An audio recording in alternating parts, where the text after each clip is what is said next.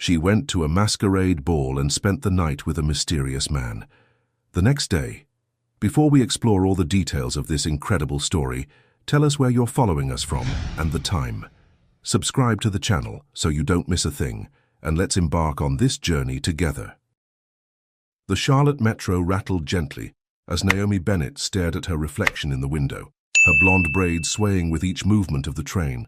The lo-fi beats flowing through her earbuds created a cocoon of tranquility around her, a shield against the Monday morning chaos. Her honey-brown eyes looked tired, but they still held that warmth that made patients at the dental clinic feel at ease the moment they walked in. "Just another day," she whispered to herself, adjusting the strap of her sensible black bag.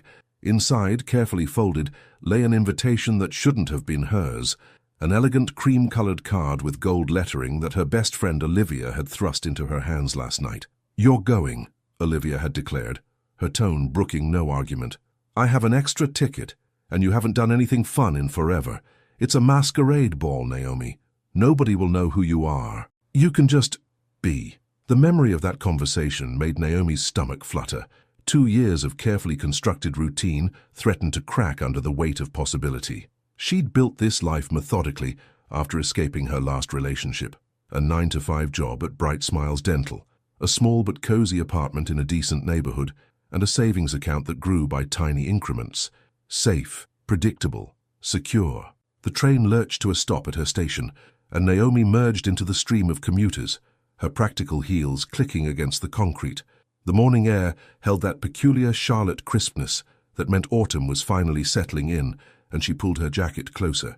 At the clinic's front desk, Naomi settled into her familiar routine: schedule appointments, file insurance claims, smile at nervous patients, keep track of every detail in her neat handwriting. But today her mind kept drifting to the invitation tucked away in her bag, like a secret burning a hole in her consciousness.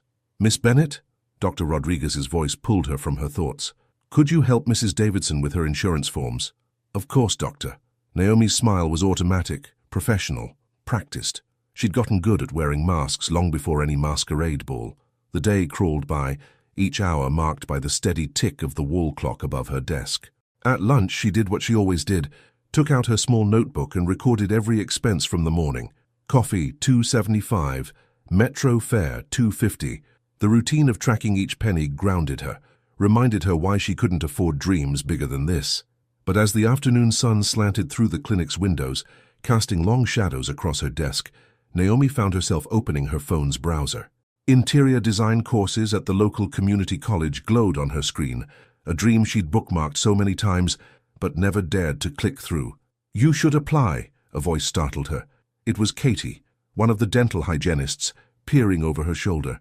"I've seen your apartment, Naomi. You have an eye for this stuff." Naomi quickly closed the tab. "Maybe someday," she said, the words tasting familiar and bitter on her tongue. How many times had she said that? Maybe someday. Maybe when she had more money. Maybe when she felt braver. Maybe when the memory of him telling her she'd never amount to anything stopped echoing in her head. The rest of the workday passed in a blur of appointments and paperwork.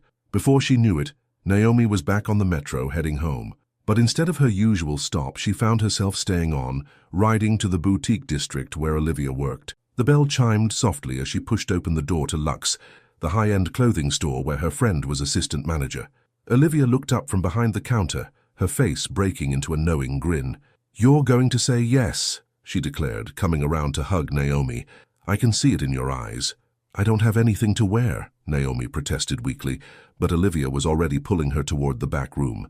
"Remember that midnight blue gown that came in last month? The one that made you gasp? I've been hiding it in your size. And don't worry about the price. It's last season, so my discount will make it manageable." Naomi's throat tightened as Olivia unveiled the dress. The fabric seemed to flow like water, deep blue catching the light in ways that reminded her of the ocean at night. "Liv, I can't." "You can," Olivia insisted, pressing the dress into her hands. "Sometimes we need a little magic to remember who we really are. And you, Naomi Bennett, are so much more than the girl who hides behind that reception desk." In the fitting room, Naomi slipped into the dress with trembling fingers. The woman who stared back at her in the mirror looked like someone from another world, regal, mysterious, beautiful. Her blonde braids, usually pulled back practically, now looked like a crown against the deep blue fabric. The dress hugged her curves without clinging, the color making her velvet skin glow. "Oh my God," Olivia breathed from the doorway. "You're going to break hearts on Saturday night." Naomi touched the mirror, half expecting the image to shatter. "I don't want to break anything," she whispered. "I just want to feel something real again." Later that night, in her apartment, Naomi sat cross-legged on her bed, staring at her careful budget notebook. The dress had cost 3 weeks of lunches, even with Olivia's discount, but for the first time in 2 years, she'd made an impulsive decision that had nothing to do with survival. The dress hung on her closet door like a promise. Next to it, she'd placed the invitation and the delicate mask Olivia had lent her, silver filigree that would frame her eyes without hiding them completely. As she got ready for bed, following her usual nighttime routine, Naomi caught herself humming. The sound startled her. She couldn't remember the last time she'd done that. In the bathroom mirror, she studied her reflection, really looked at herself beyond checking if her appearance was professional enough for work. "One night," she told her reflection. "One night to be someone else, someone brave." But as she lay in bed watching shadows play across her ceiling, Naomi wondered if maybe it wasn't about being someone else at all. Maybe it was about finally letting herself be who she'd always been, beneath the careful smile, beneath the practical shoes, beneath the armor of routine she'd built around her heart. Sleep came slowly, and when it did, she dreamed of dancing. In her dreams, she wore no mask at all. Saturday night descended on Charlotte like a whispered secret. From the back seat of Olivia's car, Naomi watched the city transform. Downtown's glass towers reflected the setting sun, their windows burning gold and crimson, while shadows gathered in the spaces between buildings like pooling ink. "Stop fidgeting with your mask," Olivia said from the driver's seat, catching Naomi's eye in the rearview mirror. "The adhesive will hold, I promise. And you look absolutely stunning." Naomi's fingers dropped from the silver filigree mask that curved around her eyes. The midnight blue dress whispered against her skin with every movement, and her blonde braids had been artfully arranged in an elegant updo, a few strands left loose to frame her face. She looked like someone else, someone who belonged at a secret millionaire's masquerade. "Maybe this was a mistake," she murmured, but Olivia was already pulling up to the valet station of the Addison Hotel, one of Charlotte's most exclusive venues. "No backing out now," Olivia declared, handing her keys to the valet. She looked ethereal in her own emerald green gown, a gold mask glinting against her pale skin. "Remember what I told you. The whole point of these parties is anonymity. No names, no business cards, no real-world connections. Just one night of pure fantasy." The hotel lobby was a blur of marble and crystal, but their destination lay deeper within. A discreet elevator, accessed only with special key cards, carried them to the 20th floor. When the doors opened, Naomi's breath caught in her throat. The ballroom had been transformed into something out of a dream. Hundreds of crystal chandeliers hung at different heights, their light diffused through gauzy fabric that draped from ceiling to floor like frozen waterfalls. The effect was otherworldly, as if they'd stepped into a space between reality and imagination. "Champagne," a waiter materialized beside them, offering delicate flutes of golden liquid. Naomi accepted one, grateful for something to do with her hands. Around them, other guests moved like exotic birds, women in spectacular gowns, men in immaculate tuxedos, everyone's faces partially obscured by masks that ranged from simple and elegant to elaborate works of art. "I need to find the powder room," Olivia announced, after they'd made one circuit of the room. "Will you be okay for a few minutes?" Naomi nodded, though her stomach tightened at the thought of being alone. She drifted toward one of the floor-to-ceiling windows, drawn to the glittering cityscape beyond. Charlotte spread out below like a carpet of stars, familiar yet strange from this height. "Beautiful view, isn't it?" The voice behind her was deep, rich like aged bourbon, though it makes you feel rather small. Naomi turned, and her world shifted on its axis. He was tall enough that she had to tilt her head back slightly even in her heels. His tuxedo fit him perfectly, highlighting broad shoulders and a powerful frame that spoke of regular workouts rather than vanity. A neatly trimmed beard framed lips that seemed caught between a smile and something more serious. Above his simple black mask, his eyes were startlingly blue, the kind of blue that made you think of winter skies and uncharted depths.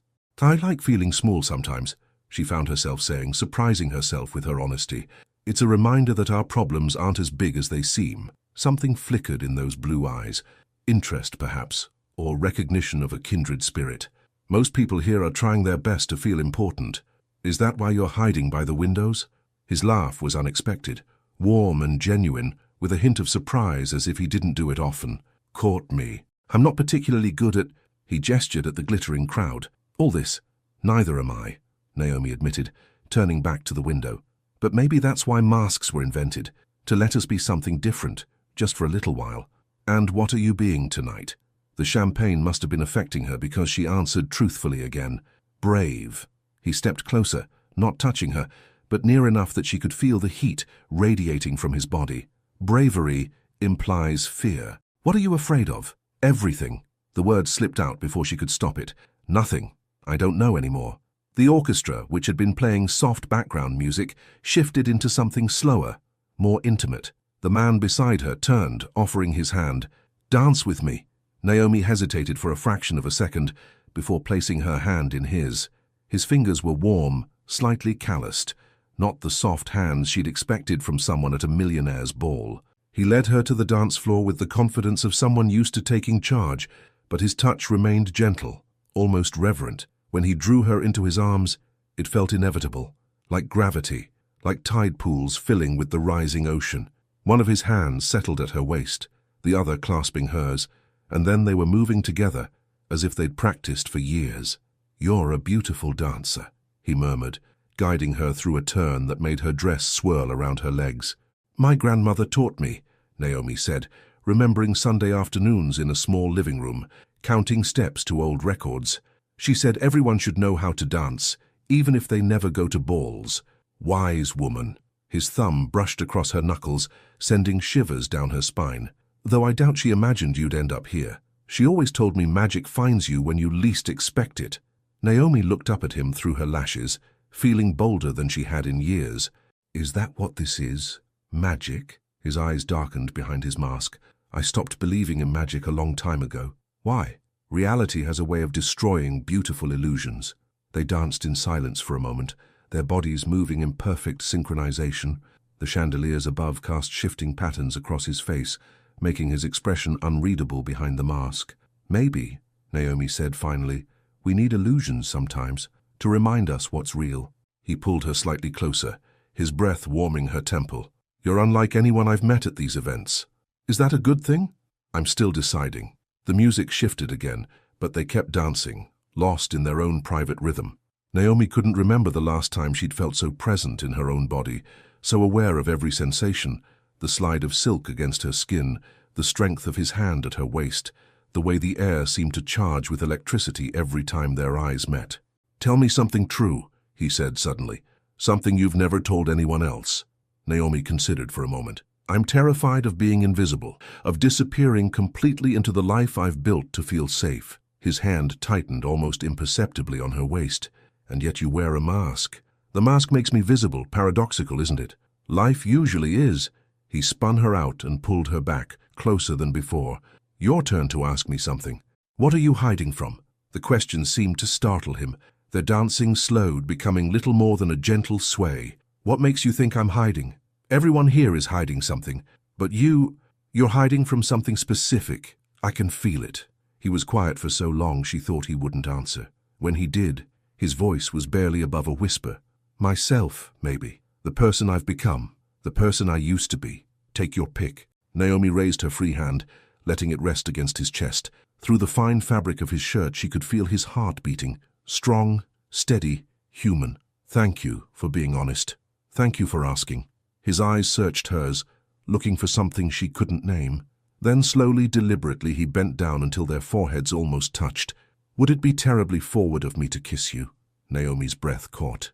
Yes, she whispered.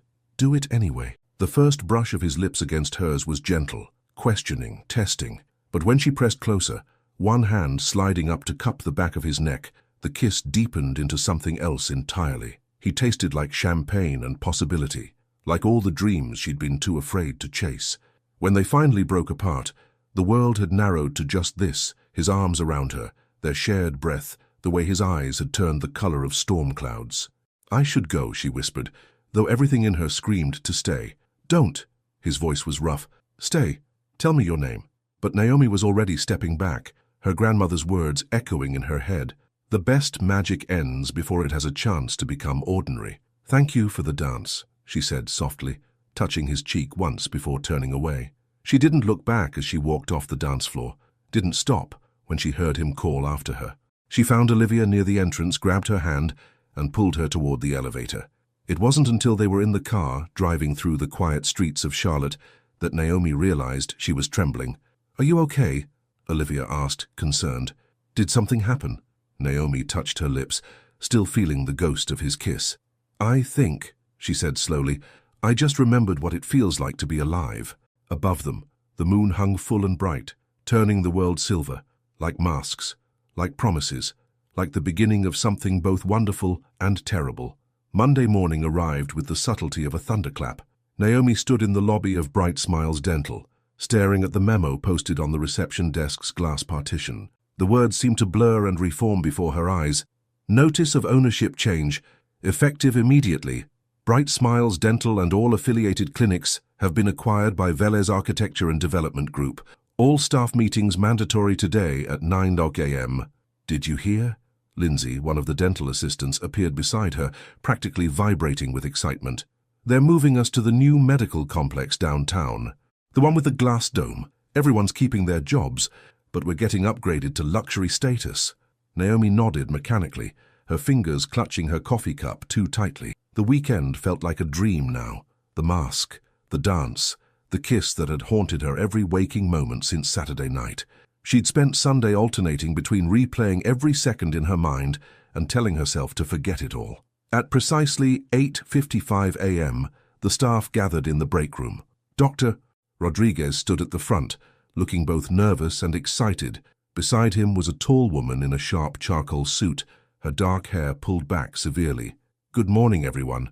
This is Ms. Diane Walsh, Chief Operations Officer for Velez Architecture and Development Group." Ms. Walsh stepped forward, her heels clicking against the linoleum. "Thank you, Doctor.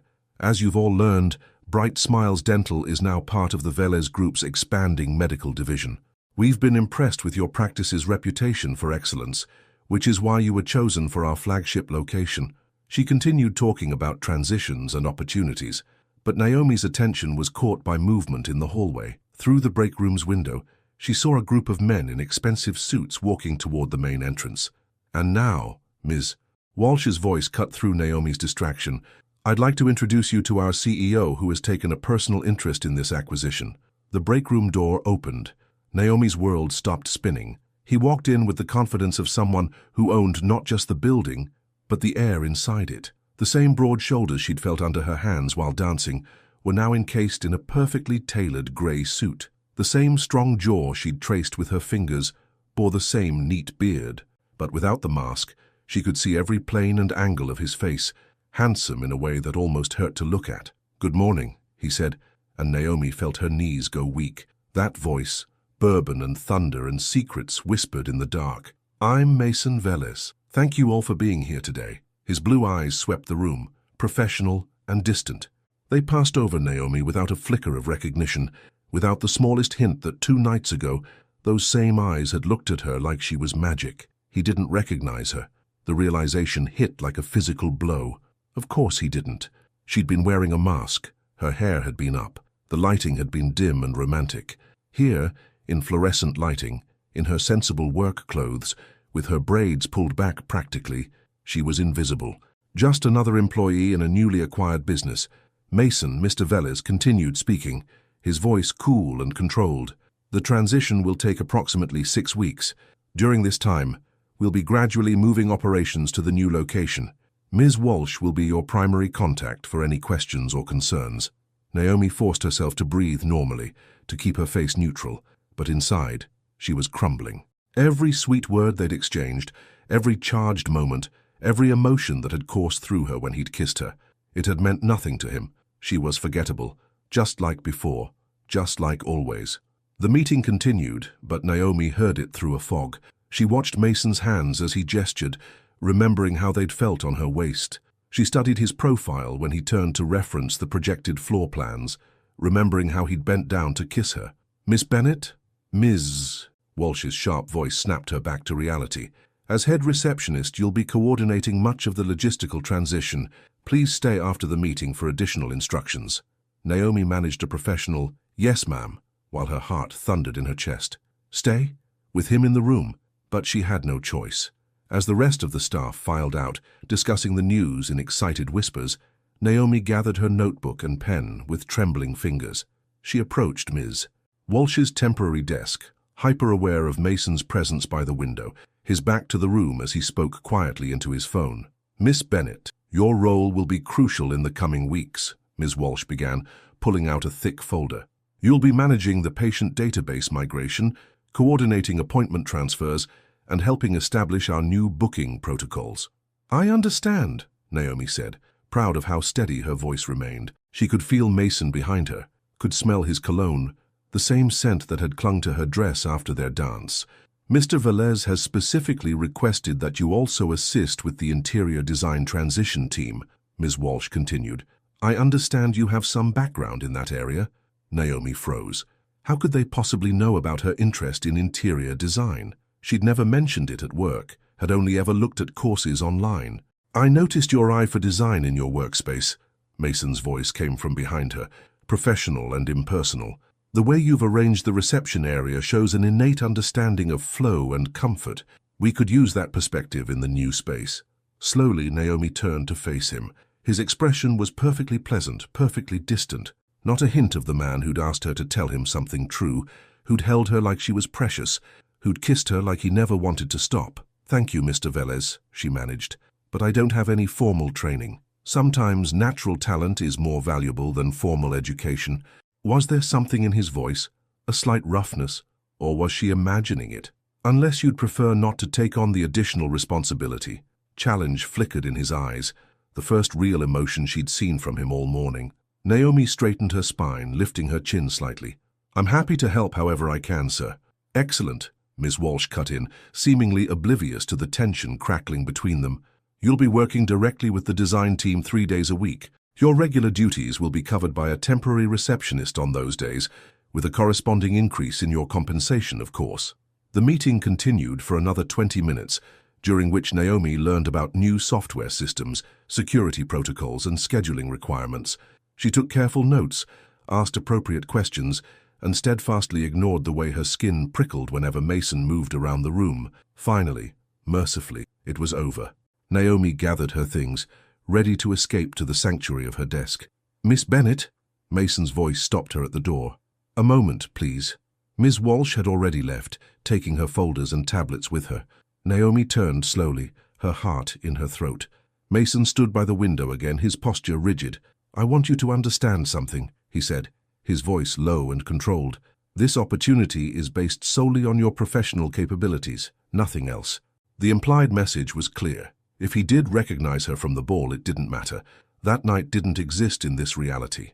"Of course, Mr. Velez," Naomi replied, amazed at how calm she sounded when she was breaking inside. "Will that be all?" He studied her for a long moment, his blue eyes unreadable. "That will be all." Naomi walked back to her desk on legs that felt like water. She sat down, pulled up the patient database, and began her usual morning routine. But her computer screen blurred as tears threatened to fall. On her desk, the small potted succulent she kept, the only personal touch she allowed herself at work, seemed to mock her with its resilience. She touched one of its leaves gently. "Stupid," she whispered to herself. "So stupid to think." But she couldn't even finish the thought, because the truth was, she'd felt something real that night, something magical and rare and true. And now she had to sit here day after day, watching the man who'd made her feel that way treat her like she was nothing more than a line item in an acquisition deal. Her phone buzzed, a text from Olivia. "How's the morning going?" Naomi stared at the message for a long moment before typing back, "Remember that magic you said I needed? Turns out it was just an illusion after all." She put her phone away, straightened her shoulders, and began typing. She had work to do. She had a life to live. She had carefully constructed walls to rebuild, but in her mind, on an endless loop, she heard his voice from that night. Reality has a way of destroying beautiful illusions. She just hadn't expected it to destroy her in the process. 2 weeks into the renovation project, Naomi stood in the empty shell of what would become the new Bright Smiles flagship clinic. Morning light streamed through the massive glass dome above, casting intricate shadows across the bare concrete floors. She'd started coming in early, before the construction crews arrived, to think in the quiet. Her notebook was open on a makeshift table, pages filled with careful sketches and notes. Despite everything, she couldn't help losing herself in the work. Design came to her naturally, like breathing, like dancing. "You're here early." Naomi didn't need to turn to know it was Mason. His presence filled any room he entered, like a shift in atmospheric pressure. She'd learned to sense him coming, to armor herself before their interactions. "Good morning, Mr. Velez," she said, keeping her voice professionally neutral. "I wanted to review the lighting placement before the contractors arrive." He moved to stand beside her, close enough that she could smell his cologne but careful to maintain what he probably thought was appropriate professional distance. These past 2 weeks had been an exercise in careful distances. "Show me what you're thinking," he said, and something in his tone made her finally look at him. He'd clearly come straight from the gym, wearing running shoes and expensive workout clothes instead of his usual suits, his short hair slightly damp. The casual attire somehow made him more intimidating, more real, more like the man from the Masquerade. Naomi forced her attention back to her sketches. "The original plans called for standard recessed lighting throughout, but I think we're missing an opportunity. This space has incredible natural light during the day. We should complement that instead of competing with it." She flipped to another page, pointing to a detailed drawing. "See how the shadows move across the floor? We could install adjustable LED strips along these beams, programmed to shift with the natural light patterns. It would make the space feel organic, alive, less clinical." Mason leaned closer to study the drawings, his shoulder nearly touching hers. "You did these?" "Yes." Naomi fought the urge to step away. "I know they're not professional grade." "They're better than professional grade," he interrupted. "They show an understanding of how people actually experience space. Most designers think about how things look. You think about how they feel." The compliment hit her like a physical touch. "Thank you, Mr. Velez." "Mason." "Excuse me?" He straightened, running a hand through his hair in what seemed like frustration. "When we're discussing design concepts, call me Mason. All this Mr. Velez formality gets in the way of creative dialogue." Naomi's heart stuttered. "I don't think... It's not a request, Miss Bennett. It's about project efficiency." The hint of command in his voice made her spine stiffen. "Then you should call me Naomi," she said, matching his tone. "For efficiency's sake." Something flickered in his eyes. Amusement. Approval. But his voice remained coolly professional. "Fine, Naomi. Tell me more about your lighting concept." For the next hour, they walked through the space together, discussing sightlines and traffic flow, debating materials and color palettes. Despite her best efforts to maintain emotional distance, Naomi found herself getting caught up in the exchange of ideas. Mason was surprisingly knowledgeable about design principles, challenging her assumptions and pushing her to defend her choices. "The reception area is crucial," he said, standing in what would become the main entrance. "It sets the tone for the entire patient experience." Naomi closed her eyes for a moment, visualizing. "Curved lines," she said softly. "Everything in dentistry is sharp and straight. Tools, chairs, mirrors. We need to balance that with organic shapes. Make people feel held, not cornered." When she opened her eyes, Mason was watching her with an intensity that made her breath catch. For a moment, he looked exactly like he had at the ball, like he was seeing straight through to her soul. Then his phone buzzed, shattering the moment. He checked the message, his expression closing off. "The contractors will be here in 10 minutes. We should wrap this up." "Of course." Naomi began gathering her sketches, but his hand on her wrist stopped her. "Leave them," he said. "I want to show these to the design team." His fingers were warm against her skin, and for a heartbeat neither of them moved. Then Naomi gently pulled away. "As you wish, Mr. Vey." "Mason." She headed for the exit, but his voice stopped her. "Why didn't you ever pursue design professionally?" The question caught her off guard. She turned back slowly, finding him still standing by her makeshift workspace, looking somehow vulnerable in his casual clothes. "Life got in the way," she said finally. "Sometimes we have to choose between what we want and what we need. And which is this?" He gestured at the space around them. "Want or need? I don't know anymore." The honesty surprised them both. Before he could respond, voices echoed from the corridor, the construction crew arriving for the day. Naomi seized the escape opportunity. "I should get to the clinic. The temporary reception system still has some bugs to work out." She fled before he could stop her, taking the stairs instead of waiting for the elevator. In the stairwell, she pressed her forehead against the cool concrete wall, trying to steady her breathing. This wasn't supposed to happen. She wasn't supposed to feel this pull toward him, this dangerous attraction that went beyond physical desire. She wasn't supposed to see glimpses of the man from the ball in her stern, distant boss. She wasn't supposed to want more. Her phone chimed. A message from Ms. Walsh. Mr. Velez requests your participation in this afternoon's design team meeting. 2 p.m. Main conference room. Naomi stared at the message until the words blurred. Another 3 hours in his presence. Another 3 hours of pretending she didn't remember how his lips felt against hers, how his hands had held her like she was precious, how his voice had softened when she'd told him her fears. Professional distance, she whispered to herself. Just maintain professional distance. But as she walked to the clinic, her wrist still tingling from his touch, she wondered if there was enough distance in the world to make her forget what it felt like to dance with him in the dark. At her desk, she found a new addition, a sleek leather portfolio filled with professional-grade design materials. The note attached simply read, "For your sketches, M." Naomi traced the elegant embossing on the cover, her throat tight. It was exactly what she would have chosen for herself if she'd ever allowed herself such an indulgence. How had he known? She should return it. It was too personal, too thoughtful, too much like something a friend would give, or a lover. Instead, she carefully transferred her drawings into the portfolio, smoothing each page with trembling fingers. And if a tear fell on the pristine leather, well, that was between her and the morning shadows that still danced across her desk, reminiscent of another dance, in another place, with another version of the man who now held her professional future in his hands.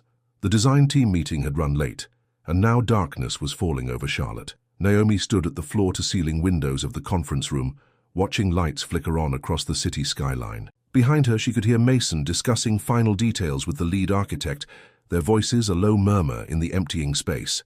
Her new portfolio lay open on the conference table, her designs now the centerpiece of the renovation project. Throughout the meeting, she'd watched her simple sketches transform into professional renderings, her vision taking shape in ways she'd never dared to dream possible. "Miss Bennett?" Ms. Walsh's crisp voice cut through her thoughts. "A word before you leave?" Naomi turned, finding the COO's expression unusually serious. Behind her, Mason had gone still, his conversation with the architect suddenly halted. "Of course," Naomi replied, gathering her things. "Actually," Ms. Walsh glanced at Mason, some unspoken communication passing between them, "let's use Mr. Velez's office. He has another engagement." Mason's jaw tightened almost imperceptibly, but he nodded. "Take all the time you need." He left without looking at Naomi, his steps just a fraction too quick to be casual. Ms. Walsh led the way to Mason's corner office, a stunning space with wraparound windows and minimalist decor.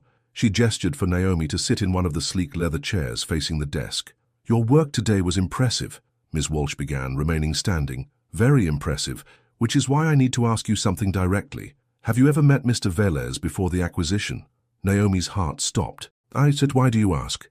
"Because I've worked with Mason Velez for 7 years, and I've never seen him champion an employee's ideas the way he championed yours today." Ms. Walsh's dark eyes were sharp, assessing. "He doesn't typically take such personal interest in project details." "We've never met before," Naomi said carefully. Technically, it wasn't a lie. She'd never met Mason Velez before. She'd met a stranger in a mask who'd made her feel alive. Ms. Walsh didn't look entirely convinced. "Well, regardless, I should warn you about something. Mr. Velez has been through a lot. His wife's death hit him hard." Naomi's fingers tightened on her portfolio. "I don't understand what this has to do with—" "He's not the same man he was 5 years ago," Ms. Walsh continued as if Naomi hadn't spoken. "He's brilliant at business, but personally," she sighed, "let's just say he doesn't handle emotional complications well anymore." "Ms. Walsh," Naomi stood, her voice steady despite her racing heart, "I appreciate your concern, but I assure you my relationship with Mr. Velez is purely professional. See that it stays that way." The words were sharp, almost protective. "For both your sakes." After Ms. Walsh left, Naomi remained in Mason's office, trying to process what had just happened. The space felt heavy with his absence, everything arranged with precise intention, not a single personal item in sight. Like a stage set rather than a real room. A movement caught her eye. A cleaning cart passing in the hallway. The cleaning crew had started their evening rounds, which meant it was later than she'd realized. She should go, But as she reached the door, something made her turn back. In the fading daylight, something glinted on a high shelf behind Mason's desk. Without letting herself think too hard about what she was doing, Naomi walked around the desk for a closer look. Her breath caught. There, partially hidden behind some architecture awards, was a mask. Not just any mask, the simple black mask from the ball. And tucked behind it, barely visible, was a folded piece of paper. Before she could stop herself, Naomi reached for it. Her fingers had just brushed the paper when, "What are you doing?" Mason's voice, hard as steel, froze her in place. She turned slowly, finding him in the doorway, his expression thunderous. "I'm sorry," she said quickly, stepping away from the desk. "I was just leaving after my meeting with Ms. Walsh, and I thought I saw... You thought you'd snoop through my personal belongings." His voice was controlled, but fury radiated from every line of his body. "Is that standard procedure for receptionists these days?" The deliberate emphasis on her position stung. "No, Get out. Mason, please. Mr. Velez," he corrected coldly, "and I said get out." Naomi grabbed her things and fled, tears burning in her eyes. She made it to the elevator before the first sob escaped, muffling the sound with her hand. The portfolio he'd given her felt like it was burning against her chest. She was so upset she almost missed it, the sound of something being thrown against a wall, followed by what might have been a cry of frustration, echoing down the empty hallway from Mason's office. The elevator doors closed, taking her away from the evidence of his anger, his pain, and whatever secret that folded paper might have revealed. The next morning, Naomi arrived early as usual, but something was different. The construction crew was already there, and Ms. Walsh was waiting at her desk. "There's been a change of plans," the COO announced without preamble. "You'll be working with the secondary design team from now on. They'll be based at the downtown office." Naomi's stomach dropped. "I don't understand. Yesterday..." "Mr. Velez feels your talents would be better utilized in a different capacity." Ms. Walsh's tone left no room for discussion. "The temporary receptionist will take over your regular duties effective immediately. Report to the downtown office at 9. As if summoned by his name, Mason appeared from the stairwell. He walked past without acknowledging either of them, his face set in lines of granite. But just before he turned the corner, Naomi saw something that made her heart stop. His hand was bandaged, as if he'd punched a wall. The realization hit her like a physical blow. He wasn't angry at her. Not really. He was angry at himself. But why? The answer came in a flash of memory. Reality has a way of destroying beautiful illusions. He did recognize her. He had all along. And for some reason, that recognition terrified him more than anything else. Naomi spent the rest of the day in a fog, going through the motions with the downtown design team. They were professional, competent, and completely uninterested in her ideas about organic flow and emotional resonance. Everything was numbers and efficiency and cost analysis. That evening she sat in her apartment, staring at the portfolio he'd given her. Inside, her drawings looked small and naive compared to the technical renderings the downtown team had shown her, but they were real. They were hers. They represented something true. Her phone buzzed, Olivia calling to check on her.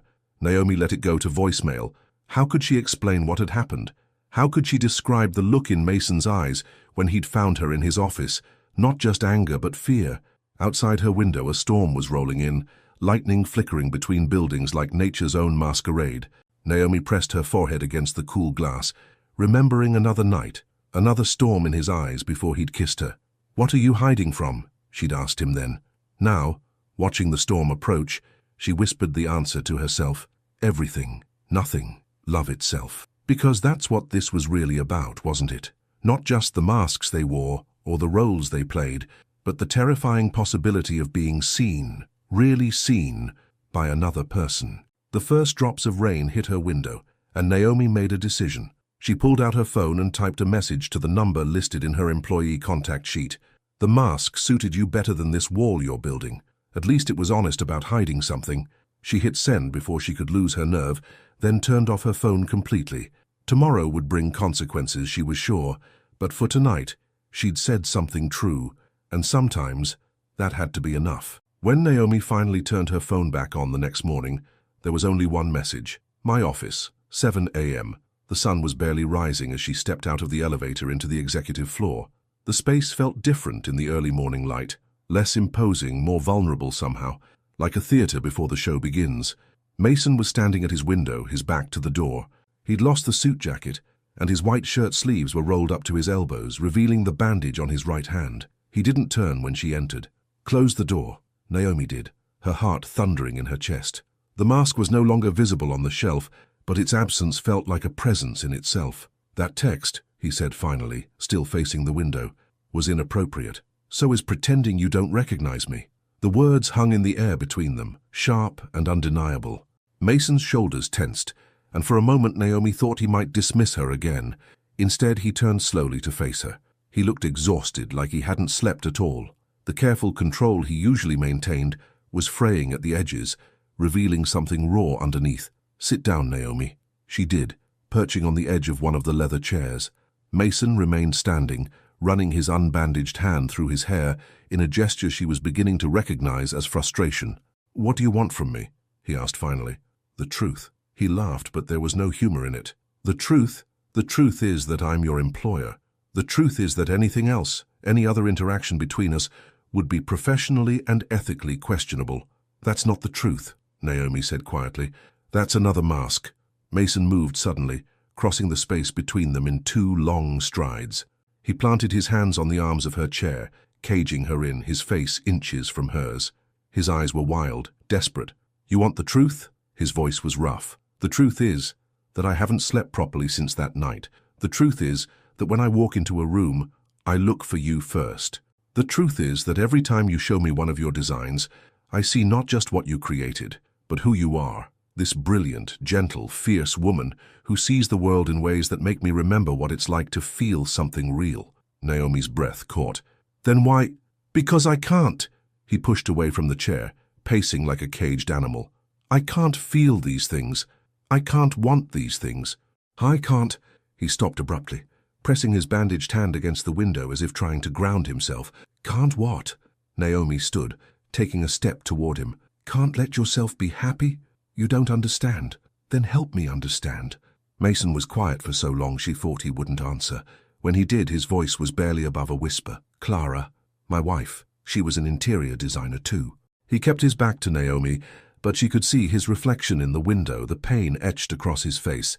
She had that same light in her eyes when she talked about spaces, about making people feel things through design.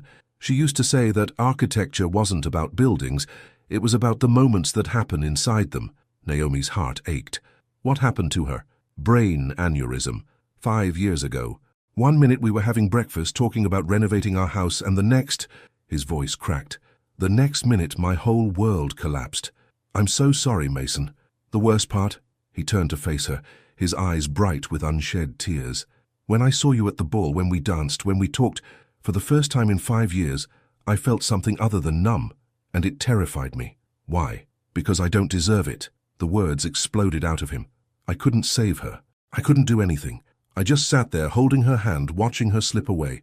And now every time I look at you, every time I see that same passion, that same light," he pressed his bandaged hand to his chest. "It feels like betraying her memory." Naomi moved closer, slowly, like approaching a wounded animal. "Do you think she'd want you to punish yourself forever? You don't know what she'd want. You didn't know her." "No," Naomi agreed softly. "But I know what it's like to be afraid of living, to build walls so high that even you can't see over them anymore." She was close enough now to touch him, but she didn't. Instead, she pulled something from her bag, the portfolio he'd given her. "When you gave me this," she said, "it was the first time anyone had ever validated my dream, not with words, but with action. You saw something in me that I barely let myself see.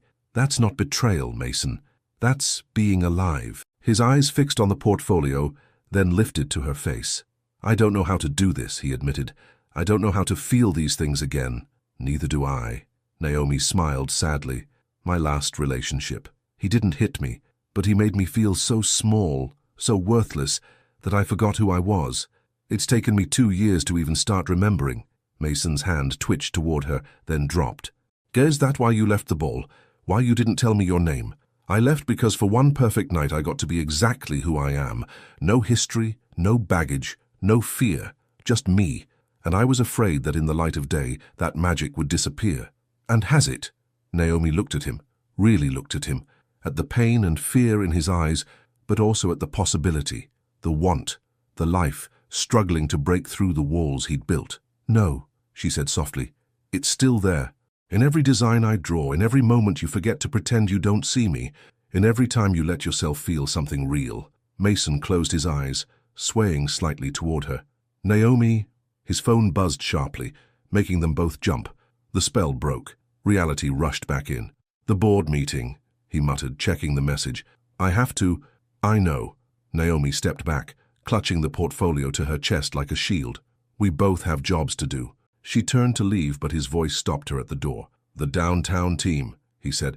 I wasn't punishing you. I was trying to protect myself. Naomi looked back at him, this beautiful, broken man trying so hard to keep his world from changing. I know that too, she said gently. But Mason, sometimes the things we think will break us are actually the things that help us heal. She left him standing there, silhouetted against the rising sun. In the elevator, she finally let herself feel everything. The pain, the hope, the terrifying possibility of what might happen next. Her phone buzzed. Another message from him. The design meeting tomorrow. Main conference room, 9 a.m. Come back to the primary team, please. Naomi pressed her fingers to her lips, tasting salt. Sometimes healing started with the smallest steps. Sometimes love began with simply being brave enough to try. She typed back one word. Yes. The next 2 weeks passed in a delicate dance of unspoken rules and careful distances. During design meetings, Mason and Naomi maintained professional composure, but something had shifted. Everyone could feel it, the electric current that ran between them whenever their eyes met, the way the air seemed to change when they occupied the same space. It was a rainy Thursday afternoon when everything began to unravel. Naomi stood in the nearly completed reception area of the new clinic, running her hand along the curved wall she'd designed. The construction crew had executed her vision perfectly, organic shapes flowing into each other, creating a space that felt both modern and nurturing. It's beautiful. She turned to find Mason in the doorway, his suit jacket dark with rain. He looked tired, but somehow lighter than he had in weeks, as if their conversation in his office had loosened something inside him. Thank you, she said softly, for trusting my vision. He moved closer, his shoes leaving wet prints on the new flooring. I trust more than your vision. The words hung between them, heavy with meaning. Naomi's heart raced as he stopped beside her, close enough that she could smell rain and coffee on him. Mason, I know, he cut her off gently. I know all the reasons why this is complicated, but I can't stop thinking about something you said. What? That sometimes the things we think will break us are actually the things that help us heal. He turned to face her fully. I've been seeing a therapist since our talk. The admission clearly cost him something to make. Naomi resisted the urge to reach for him. That's good. She says I've been using Clara's memory as an excuse to stop living. His voice was rough. That I've been hiding behind my grief instead of honoring who she was, someone who loved life, who believed in second chances. Thunder rumbled outside, and the rain intensified, drumming against the glass dome above them. The sound created a cocoon of privacy around them, making the vast space feel intimate. Yesterday was our wedding anniversary, Mason continued. For the first time in 5 years, I went to her grave and talked to her, really talked to her, about you, about everything. Naomi's breath caught. What did you say? I told her I was scared, terrified actually, not just of feeling something again, but of feeling something this strong. His blue eyes met hers, intense and vulnerable. Because what I feel when I'm with you, it's not just attraction or connection, it's like waking up, like coming back to life. Mason, we can't. I know. He ran a hand through his damp hair. Trust me, I know every professional and ethical reason why this is impossible. But I also know that watching you work, seeing how you pour your heart into every detail, how you fight to make your dreams real despite everything, it makes me want to be brave again. Before Naomi could respond, voices echoed from the corridor, the afternoon inspection team arriving. They jumped apart like guilty teenagers, and Mason quickly adopted his professional mask. Excellent work on the reception area, Miss Bennett, he said loudly, as Ms. Walsh and 2 inspectors entered. The execution meets all specifications. Naomi played along, nodding professionally. Thank you, Mr. Velez. Shall we show the team the treatment rooms? The rest of the afternoon was a blur of technical discussions and final approvals, but Naomi couldn't focus. Her mind kept returning to Mason's words, to the raw honesty in his voice when he talked about waking up. Later, as she packed up her things to leave, she found a note slipped into her portfolio. Dinner tonight, not as your boss, not as the man from the ball, just as myself, if you're willing. M. Below was an address, Not a restaurant, but what appeared to be a residential location. Naomi stared at the note until the letters blurred. This was the moment, she realized. The point where she had to decide if she was brave enough to step off the careful path she'd built for herself. Her phone buzzed. Olivia calling. This time she answered. "I need advice," she said without preamble. "Finally," Olivia exclaimed. "I've been waiting for you to talk about whatever's been going on. You've been different lately. More alive." Naomi closed her eyes. What if the thing that makes you feel alive is also the thing that could destroy everything you've worked for? "Oh, honey," Olivia's voice softened. "The things worth having usually come with risks. The question is, which would you regret more? Taking the chance or always wondering what might have happened if you had?" After hanging up, Naomi sat at her desk for a long time, watching the rain paint patterns on the windows. She thought about the man she'd danced with at the ball, how free she'd felt in his arms. She thought about Mason in his office, raw with grief and fear, but still reaching out. She thought about herself 2 years ago, putting herself back together piece by piece after someone had tried to convince her she was nothing. Finally, she pulled out her phone and typed, "What time?" His response came immediately. 7:30. "I'll cook." Naomi gathered her things with trembling hands. She had just enough time to go home and change. But as she reached the elevator, Ms. Walsh stepped out, her expression grave. "Miss Bennet." "A word?" Naomi's stomach dropped. "Of course, Ms." Walsh led her to a small conference room and closed the door. "The board is concerned about the attention Mr. Velez has been showing your work. I don't understand. Several board members have suggested that your rapid advancement might appear inappropriate." Ms. Walsh's voice was carefully neutral. "They're considering transferring you to our Seattle office, with a significant promotion, of course." The words hit Naomi like physical blows. Seattle, thousands of miles away. A golden cage disguised as an opportunity. "This isn't about my work at all, is it?" she asked quietly. Ms. Walsh sighed. "Mason Velez is more than our CEO. He's the face of this company, the driving force behind our success. His personal life, his decisions, they affect stockholder confidence, client relationships, everything. And me? What about my decisions? You're talented, Naomi, genuinely talented. Don't throw away a real opportunity for something that can't last." Naomi stood, her legs surprisingly steady. "Thank you for your concern, Ms. Walsh. I'll need time to consider the offer." "Don't take too long. The board meets on Monday." Outside, the rain had finally stopped. Naomi sat in her car, staring at Mason's address on her phone. Everything she'd worked for, everything she'd built, it all hung in the balance. Her finger hovered over the message thread. She could cancel, step back, take the safe path to Seattle and a future that looked good on paper. Instead, she started her car, because sometimes the biggest risks weren't about what you might lose, but about what you'd never find if you didn't try.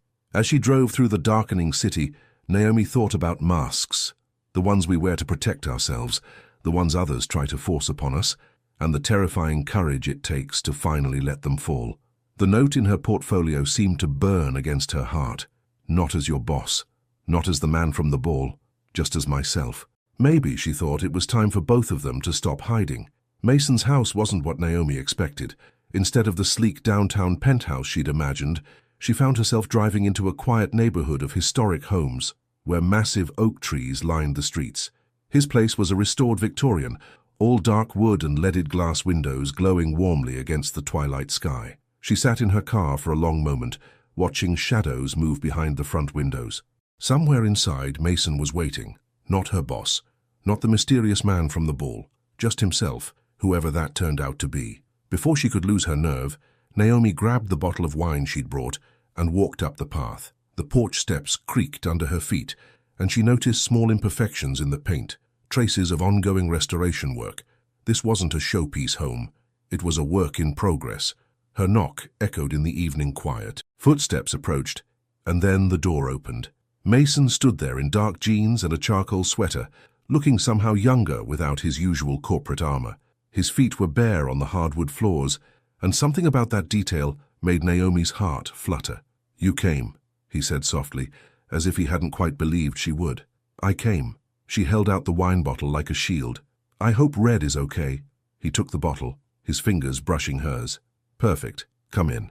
The interior was a surprise, warm and lived in, with a mixture of modern furniture and restored antiques. Books were everywhere, stacked on coffee tables and filling built-in shelves.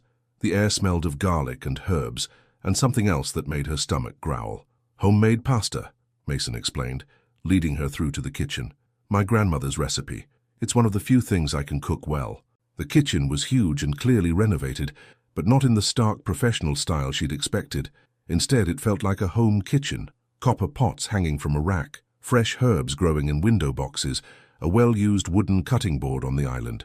"You cook often?" Naomi asked, accepting the glass of wine he poured her. "More lately." He moved to check something simmering on the stove. "My therapist suggested finding ways to connect with happy memories instead of just avoiding everything that hurts. And cooking is a happy memory.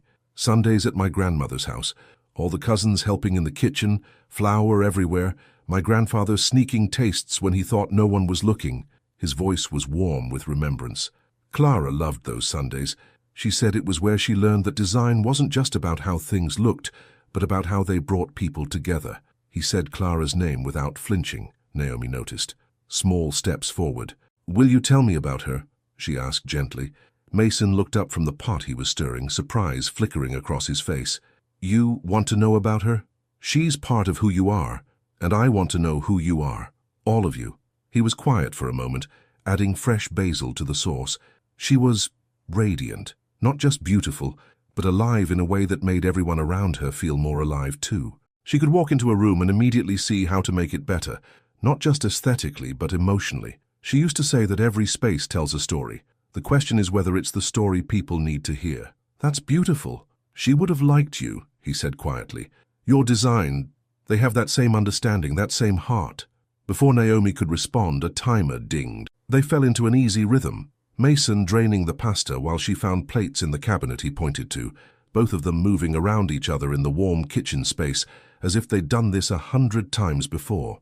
Over dinner at the kitchen island, the dining room still being renovated, he'd explained, they talked, really talked, about their families, their dreams, the paths that had led them here.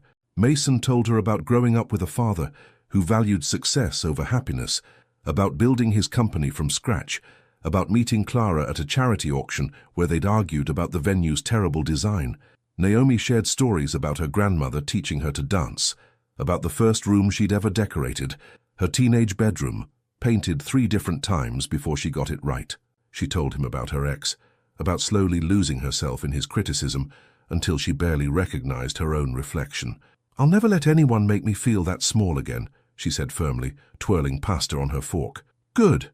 Mason's voice was fierce. "You're extraordinary, Naomi. The way you see the world, the way you fight for your vision, while still being so gentle with everyone around you, it takes my breath away." Heat crept up her neck. "Mason, I know." He set down his fork. "I know there are 1,000 reasons why this is complicated. The board, they want to send me to Seattle." Naomi cut in. "Ms. Walsh told me today." Mason went very still. "What?" "A promotion, a transfer, a way to remove the complication. I'll stop them." His jaw clenched. No." Naomi reached across the island, touching his hand. "That would only prove their point. Make it look like exactly what they fear it is." "And what do they fear it is?" "A scandal, a liability, a CEO losing his objectivity over an employee." Mason turned his hand under hers, linking their fingers. "Is that what this is?" "You tell me." He stood, still holding her hand, and walked around the island until he was standing in front of her.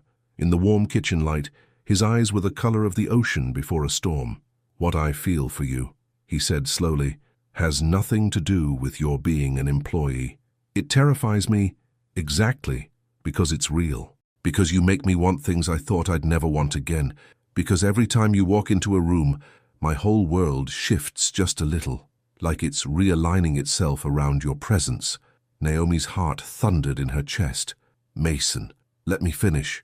His free hand came up to cup her cheek. "I know the professional complications. I know the risks. But sitting here with you, talking about everything and nothing, watching you twirl pasta and laugh at my terrible jokes, this feels more real than anything has in 5 years. The board meets Monday," she whispered. "Then we have decisions to make." His thumb brushed across her cheekbone. "But right now, in this moment, I don't want to be CEO Mason Velez. I don't want to think about boards or transfers or complications. I just want to be the man who can't take his eyes off you. "And who is that man?" Instead of answering, he kissed her, not like at the ball, where passion had burned hot and fast. This kiss was slower, deeper, full of questions and answers and possibilities. His hands framed her face like she was precious, like she was something he'd been searching for without knowing it. When they finally broke apart, Naomi realized she was crying. Mason brushed the tears away with gentle fingers. "Why the tears?" "Because I'm scared," she admitted. "Not of you, or of us, but of losing everything I've worked for, of having to choose between my dreams and whatever this is becoming. I would never ask you to give up your dreams." His voice was fierce. "You're too talented, too special. The world needs your vision, Naomi." "Then what do we do?" Mason pressed his forehead to hers. "We find a way, together. No masks, no hiding. Just us, being brave enough to choose what's real." Outside, a car door slammed, breaking the moment. They stepped apart, both suddenly aware of how the world waited beyond these walls, with all its judgments and consequences. "Stay," Mason said softly. "Not for that. Just stay and talk. Help me remember what it feels like to share a space with someone who sees me, really sees me." Naomi looked at him, this powerful man made vulnerable by want, this grieving soul learning to live again, this person who somehow felt like home despite every reason why he shouldn't. "Okay," she whispered. "I'll stay." Because sometimes, she was learning, the bravest thing you can do is simply choose to be present in a moment, letting it be whatever it needs to be, even when you know mourning will bring complications and consequences and choices that can't be undone. They spent the rest of the evening on his back porch, watching fireflies dance in the garden while the moon rose over the oak trees. They talked about everything and nothing, their hands linked loosely between them, both aware that this quiet peace was temporary, but choosing to savor it anyway. Tomorrow would come with its demands. Monday loomed with its corporate threats. The world waited to judge them. But for now, there was just this. Two people finding their way back to life, one shared moment at a time. Monday morning arrived with the weight of inevitability. Naomi sat in her car in the corporate parking garage, watching early sunlight paint golden stripes across her steering wheel. Her phone buzzed. Another message from Mason. "Whatever happens in there, remember Thursday night. Remember what's real." They hadn't seen each other since that evening at his house, not because they didn't want to, but because they both knew what was coming. The board meeting was scheduled for 10 a.m., and Naomi had been invited to attend. The elevator ride to the executive floor felt like ascending to judgment. Ms. Walsh was waiting by the conference room, her expression carefully neutral. "Miss Bennett." She gestured to a chair near the door. "Please wait here. The board will call you in when they're ready." Through the glass walls, Naomi could see board members filing in, men and women in expensive suits, carrying tablets and coffee cups, wearing expressions of mild concern or carefully masked interest. Mason sat at the head of the table, his face a mask of professional detachment, but she saw his hands, the way his fingers gripped his pen too tightly, the slight tremor when he reached for his water glass. At exactly 10 a.m., Ms. Walsh opened the door. "They're ready for you." Naomi stood, smoothing her dress, the midnight blue one from the Masquerade ball. She'd chosen it deliberately, armor and reminder all in one. The boardroom fell silent as she entered. 12 pairs of eyes turned to study her, assess her, judge her. Mason's gaze remained fixed on his papers. "Miss Bennett," the board chairman, Mr. Richardson, smiled thinly. "Thank you for joining us. We understand you've been offered a position at our Seattle office." "Yes, sir." "And have you made a decision about this opportunity?" Naomi took a deep breath. "I have, sir. I'm declining the transfer." A murmur rippled through the room. Mason's head snapped up, his eyes meeting hers for the first time. "I see." Mr. Richardson's smile disappeared. "That's unfortunate."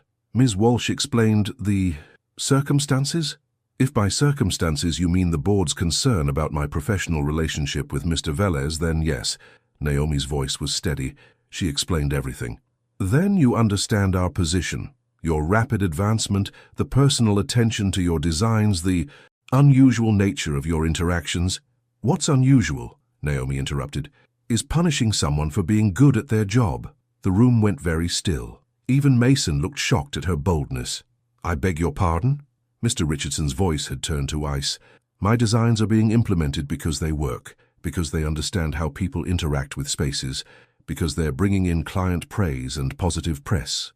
Naomi pulled out her portfolio, the one Mason had given her, and placed it on the table. Everything in here was earned through talent and hard work, not through whatever you're implying. Miss Bennett, another board member cut in, no one is questioning your talent, but the appearance of impropriety. Is that what this is about? Mason's voice cracked through the room like thunder. Appearances.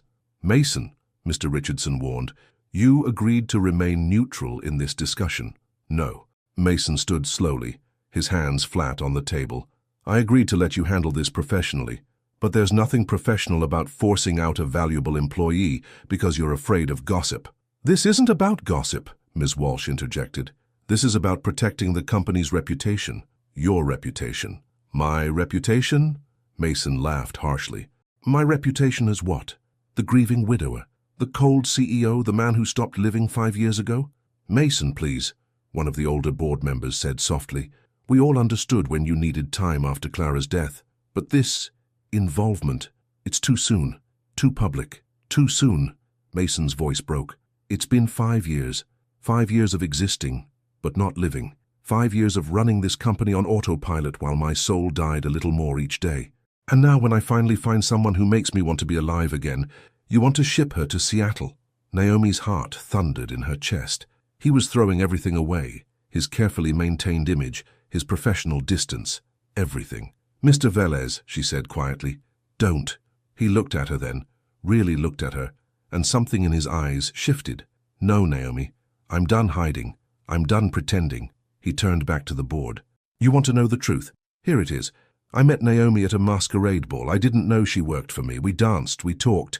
We connected in a way I haven't connected with anyone since Clara died. The boardroom was absolutely silent. When I found out she was an employee, I tried to ignore it, to maintain professional distance, to be the cold, controlled CEO you all expect me to be. But here's what happened instead. I watched her work. I saw her talent, her vision, her incredible gift for understanding how spaces affect people. And yes, I championed her designs, not because I was attracted to her, but because they were brilliant. Mason, Mr. Richardson started, but Mason cut him off. I'm not finished. You all knew Clara.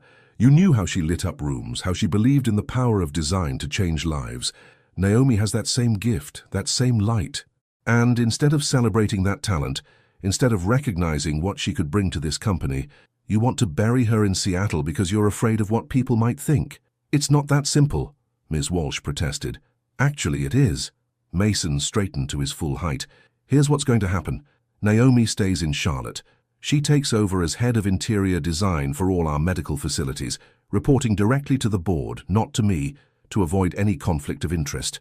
Her designs are already bringing in praise and new clients. You'd be fools to lose that asset.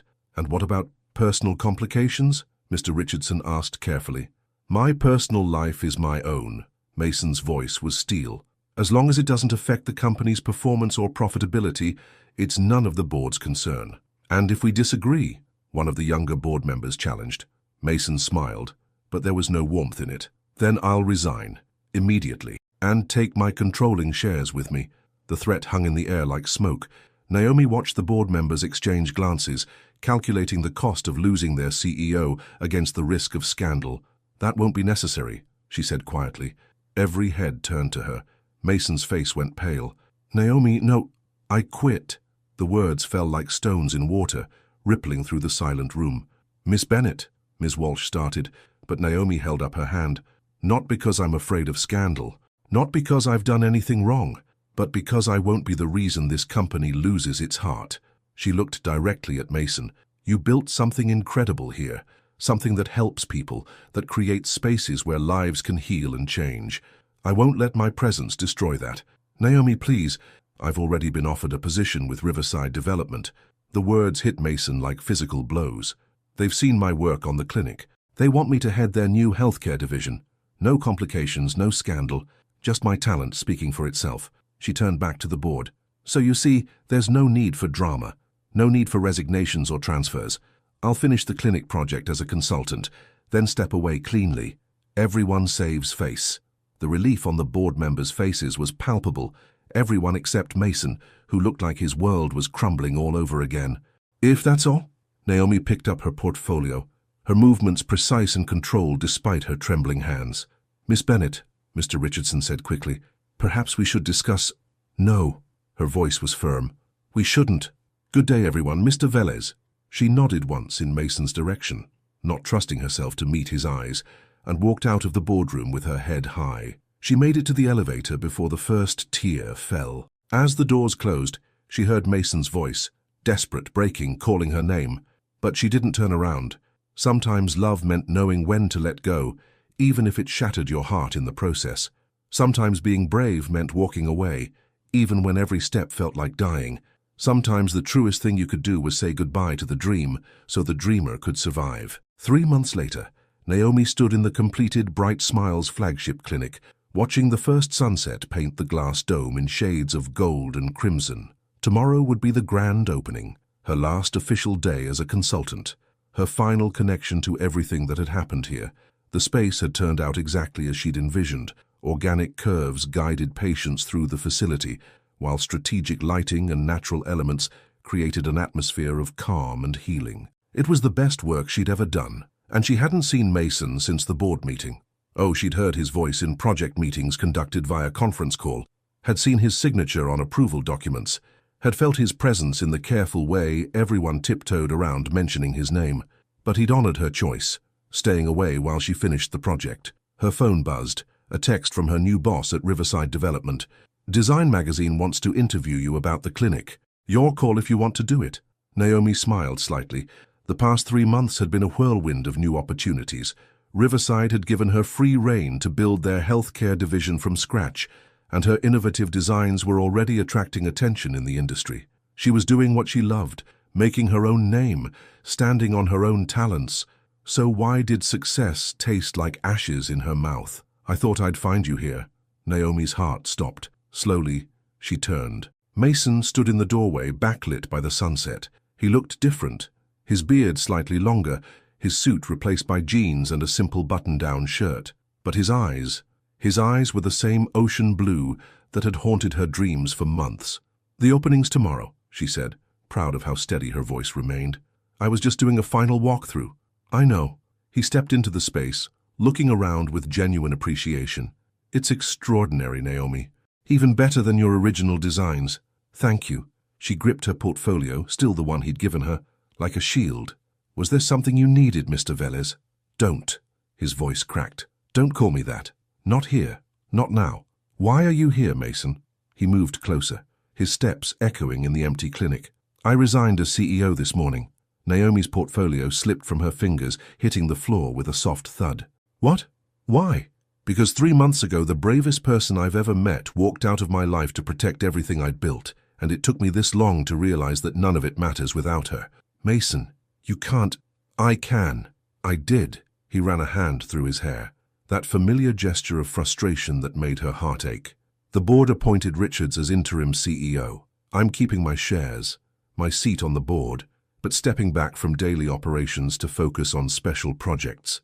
What kind of special projects? A smile tugged at his lips. Well, there's this brilliant designer I know who's doing revolutionary work in healthcare spaces. I was thinking of partnering with her company, creating a foundation that helps renovate outdated medical facilities in underserved communities. Naomi's breath caught.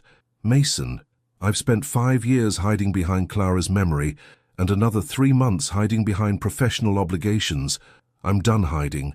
He closed the distance between them, close enough to touch but holding himself back. I love you, Naomi Bennett. I love your gentle heart and your fierce spirit. I love how you see the beauty in broken things and know how to make them whole again. I love... She kissed him. It wasn't gentle or hesitant. It was 3 months of longing, of missing his voice and his laugh and the way he looked at her like she was magic. His arms wrapped around her immediately, pulling her close as if he'd been dying to hold her all this time. When they finally broke apart, both breathing hard, the sunset had painted them in shades of gold and shadow. I missed you, she whispered against his lips. Every day, every moment I missed you. I'm so sorry I let you walk away. His forehead pressed against hers. I should have followed you then. Should have told the board to go to hell. Should have... No! Naomi pulled back enough to see his face. I needed these 3 months. Needed to prove to myself that I could succeed on my own. That my talent was real, not just something you saw in me. Understanding dawned in his eyes. And have you proved it? My designs are being featured in 3 industry magazines. Riverside's given me my own division. I'm being asked to speak at conferences. She smiled. So yes, I'd say I've proved it.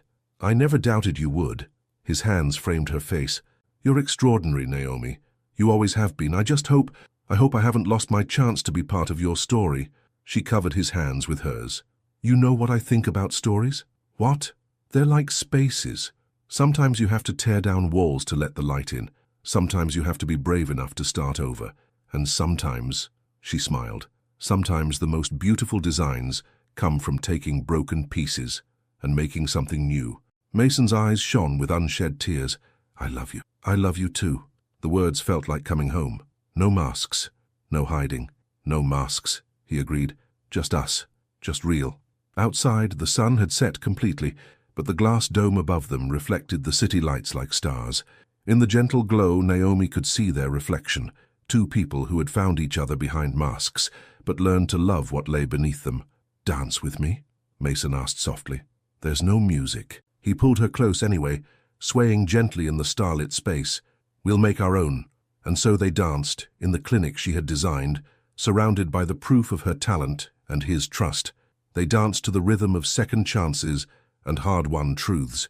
They danced as equals, not boss and employee, not CEO and designer, but simply two people brave enough to choose love over fear. Tomorrow would bring new challenges.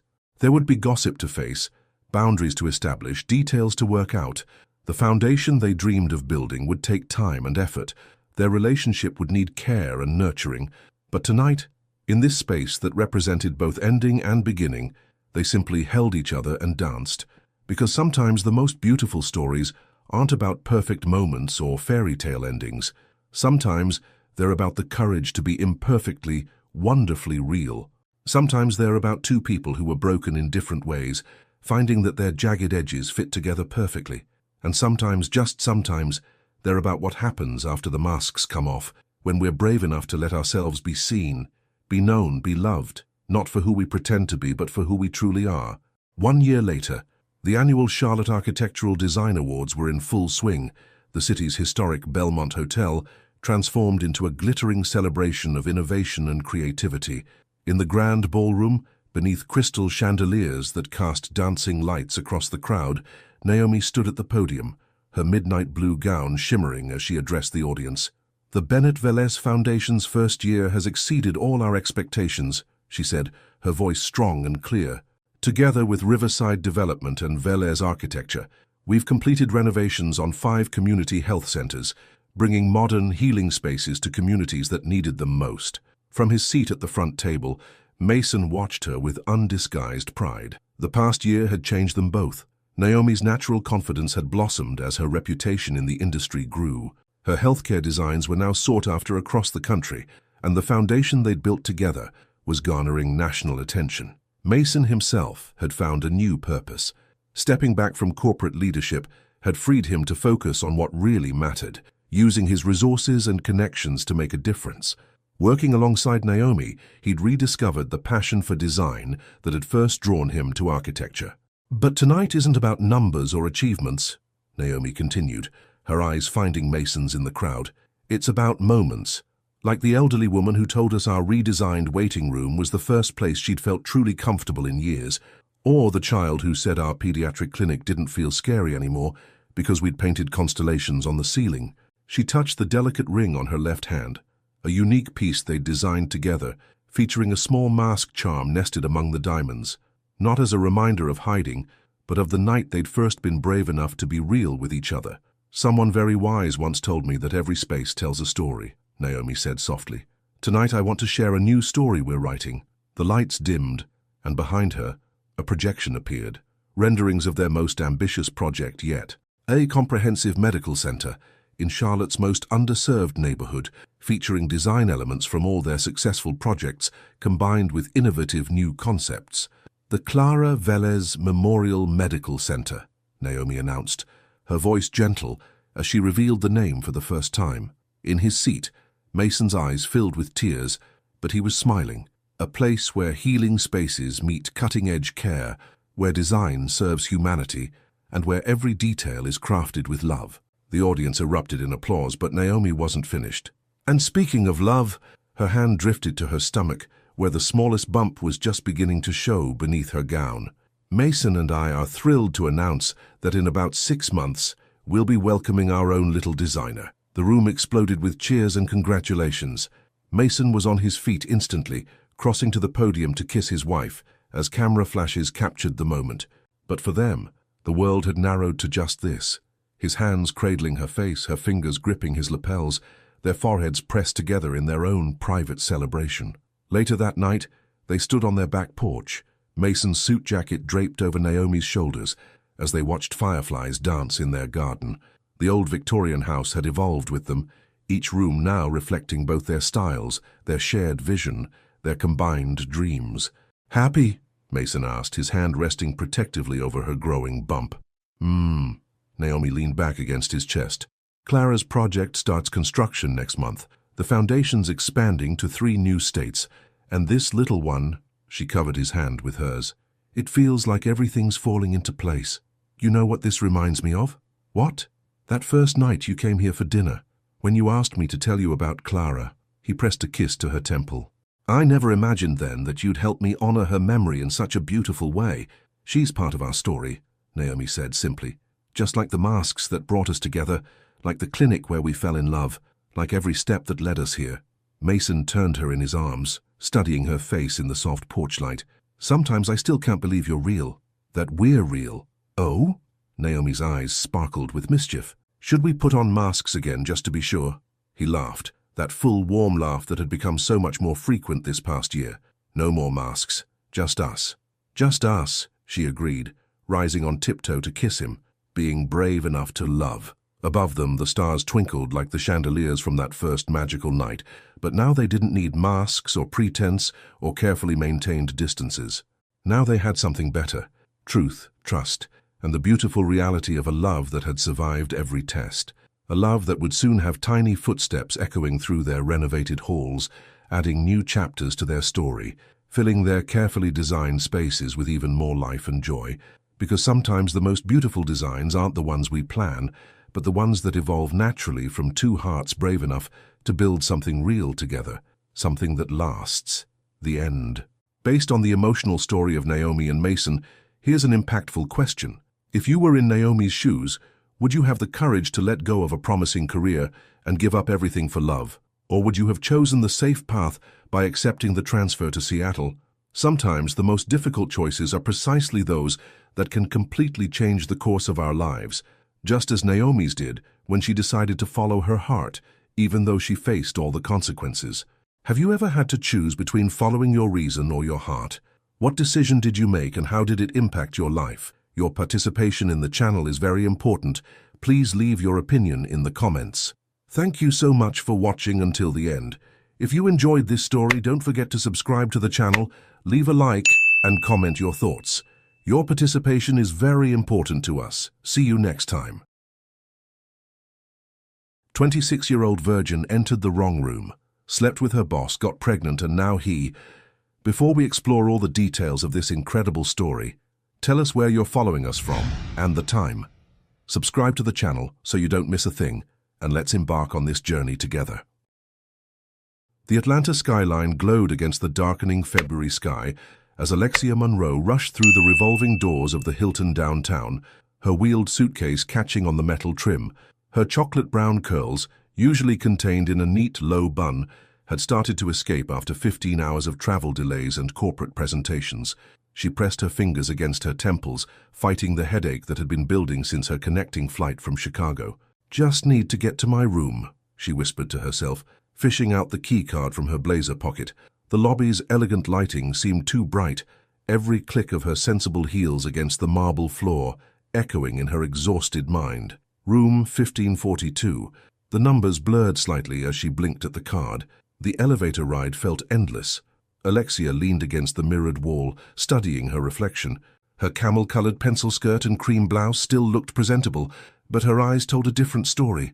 Those honey-brown eyes, usually bright and observant, now showed the weight of a day spent trying to disappear into boardroom walls while delivering quarterly projections. The corridor on the 15th floor stretched before her, thick carpet muffling her steps. 1538, 1540, 1542. Alexia slid the keycard into the slot, relief washing over her as the light turned green. She pushed the door open, wheeling her suitcase inside. The room was darker than expected, illuminated only by the city lights filtering through partially drawn curtains. Something felt off, but her tired mind couldn't quite process what. The air carried an unfamiliar scent, a masculine cologne that seemed to wrap around her senses. "I believe you're in the wrong room." The deep voice cut through the darkness like a blade. Alexia's heart stopped, then kicked into overdrive. A tall figure emerged from the shadows near the window, and the room's lights suddenly blazed to life. Caio Sebastian Wolf stood before her, his 6'3" frame commanding the space in a way that made the executive suite feel somehow smaller. His dark hair was slightly damp, as if he'd recently showered, and he wore black tailored pants and a white dress shirt, with the sleeves rolled up to his elbows. But it was his eyes that held her frozen, steel grey, almost silver in the artificial light, studying her with an intensity that made her feel transparent. I'm so sorry," Alexia stammered, her fingers clutching the handle of her suitcase like a lifeline. "The key worked, I thought." "The hotel assigned the same room twice," he stated, his tone businesslike despite the unusual situation. "I noticed the error earlier and informed the front desk." He moved toward the room phone. "I'll call them now." "No, please," Alexia said quickly, already backing toward the door. "I'll go down myself. I'm so sorry for the intrusion, Mr. Wolf." His eyebrow arched slightly. "You know who I am." Of course she did. Everyone in the corporate world knew Caio Sebastian Wolf, the ruthless negotiator, who had transformed his family's New York law firm into a global consulting empire. She'd seen him from afar at conferences, watched his TED Talks, studied his business strategies. But nothing had prepared her for his presence in person, the way he seemed to bend reality around himself, like a gravitational force. "We attended the same conference in Chicago last month," she explained, her voice smaller than she intended. "I was part of the team presenting the Southeast market analysis." Something flickered in those silver eyes. Recognition, perhaps. Alexia Monroe, the projections specialist who challenged the board's assumptions about millennial spending patterns. She felt heat rise to her cheeks. She hadn't expected him to remember that moment, one of the rare times she'd found the courage to speak up in a room full of executives. "Yes, that was me." The air between them seemed to thicken with unspoken tension. Caio took a step closer, and Alexia caught herself holding her breath. He smelled like expensive cologne and fresh rain, a dangerously appealing combination. "Your analysis was impressive," he said, his voice dropping slightly. It showed unusual insight into human behavior patterns. He was close enough now that she had to tilt her head back to meet his gaze. "Something tells me you see more than you let on, Ms. Monroe." The compliment wrapped around her like silk, but there was something else in his tone, a question perhaps, or a challenge. Alexia felt her carefully constructed professional walls wavering. She was used to being overlooked, to being the quiet observer in the room. But Caio Wolf was seeing her, really seeing her, and it was terrifying and thrilling in equal measure. "Thank you," she managed, proud that her voice remained steady. "But I should really go sort out this room situation." "Allow me to escort you to the front desk," he offered, reaching for his suit jacket. "It's the least I can do considering they've inconvenienced you at this hour." "That's not necessary." "I insist." He held the door open, his expression leaving no room for argument. "Besides, my word tends to carry some weight with hotel management." The elevator ride down was silent, charged with an awareness that made Alexia's skin tingle. She stole glances at his reflection in the mirrored walls, the sharp line of his jaw, the controlled power in his stance. Everything about him radiated discipline and authority, yet there was something else, something hidden beneath the surface that called to the part of her that always looked deeper. At the front desk, Caio handled the situation with the same efficiency he probably used in million-dollar negotiations. Within minutes, Alexia had a new room, an upgraded suite on the 16th floor, and a profusely apologetic hotel manager. "Thank you," she said as they stood in the lobby, suddenly uncertain how to end this unexpected encounter. "You didn't have to do all this. Sometimes the universe makes mistakes that turn out not to be mistakes at all," he replied, those silver eyes holding hers for a moment too long. "Good night, Miss Monroe." Alexia watched him walk away, his tall figure cutting through the lobby with practiced ease. Only when he disappeared into the executive lounge did she let out the breath she'd been holding. In her new room, larger and more luxurious than she was used to, Alexia stood at the window, looking out at the Atlanta skyline, Her heart was still racing, her mind replaying every moment of the encounter. She had spent years building walls around herself, protecting her heart, choosing solitude over shallow connections. One chance meeting shouldn't be able to shake those foundations. But as she finally lay down to sleep, Alexia couldn't shake the feeling that something had shifted in her carefully ordered world, like the first tremor before an earthquake, invisible but irreversible. She closed her eyes, trying to push away thoughts of steel-gray eyes and the scent of rain. Little did she know, 16 floors below in the hotel's executive lounge, Caio Sebastian Wolf sat with an untouched glass of scotch, his thoughts occupied by honey-brown eyes and quiet strength. For the first time in years, his carefully constructed world of control and precision felt somehow incomplete, as if he'd caught a glimpse of something genuine in a world of corporate facades, something that all his success and power couldn't give him. The night wrapped around them both, two souls unknowingly standing on the edge of a transformation neither had seen coming. Sometimes the biggest changes come not with grand gestures or dramatic declarations, but in quiet moments, when guards are down and tired souls accidentally find each other in the dark. 3 weeks had passed since that fateful night at the Hilton downtown, but Alexia couldn't shake the memories. She sat at her desk in the Atlanta office, staring at spreadsheets that seemed to blur before her eyes. The morning sickness had started 2 days ago, but she'd dismissed it as stress. After all, it couldn't be. Earth to Alexia. Olivia Grace Bennett's voice cut through her thoughts. Her best friend perched on the edge of her desk, green eyes sparkling with concern. "You've been staring at that same cell for 10 minutes. Spill." Alexia glanced around the open-plan office, grateful that most of her colleagues were at lunch. "Not here, Liv. Fine. Grab your bag. We're getting smoothies." Olivia's tone left no room for argument, her blonde-brown hair swinging as she stood up decisively. 20 minutes later, they sat in a quiet corner of their favorite juice bar. Olivia, wearing ripped designer jeans and an oversized blazer that somehow looked both professional and effortlessly cool, studied her friend's face. "Okay, what's going on? You've been off since that business trip. Did something happen in Chicago?" Alexia wrapped her hands around her untouched ginger smoothie. "Atlanta, actually. After Chicago." She took a deep breath. "I met Caio Wolf." "The Caio Wolf? Ice King of Wall Street? Mr. Tall, Dark, and Terrifying?" Olivia leaned forward. "Define met." "I accidentally went into his hotel room." Alexia's voice dropped to a whisper. The key worked. There was a mix-up with the room assignments. And something happened. Alexia felt heat rise to her cheeks. Something I never planned. He was different than I expected. Gentle, almost. Like he saw past all my walls. Olivia's eyes widened. "Wait, are you saying what I think you're saying? You, Alexia Monroe, who once turned down Bachelor number 1 because his tie didn't match his socks?" "It wasn't like that," Alexia interrupted. "It was real, raw. Like for one night, we both stopped pretending to be who everyone expects us to be." She pushed her smoothie away, her stomach churning. "And now I think I'm pregnant." The words hung in the air between them. Olivia reached across the table, squeezing her friend's hand. "Have you taken a test?" 3. All positive." Alexia's voice trembled. "I don't know what to do, Liv. He's Caio Wolf. He probably doesn't even remember that night." "That's bullshit and you know it." Olivia's voice was firm but gentle. "The way you described it, that's not something a person forgets. Have you tried to contact him?" "How?" "Send an email to his corporate office. 'Dear Mr. Wolf, remember that night in Atlanta?' Surprise." Alexia laughed bitterly.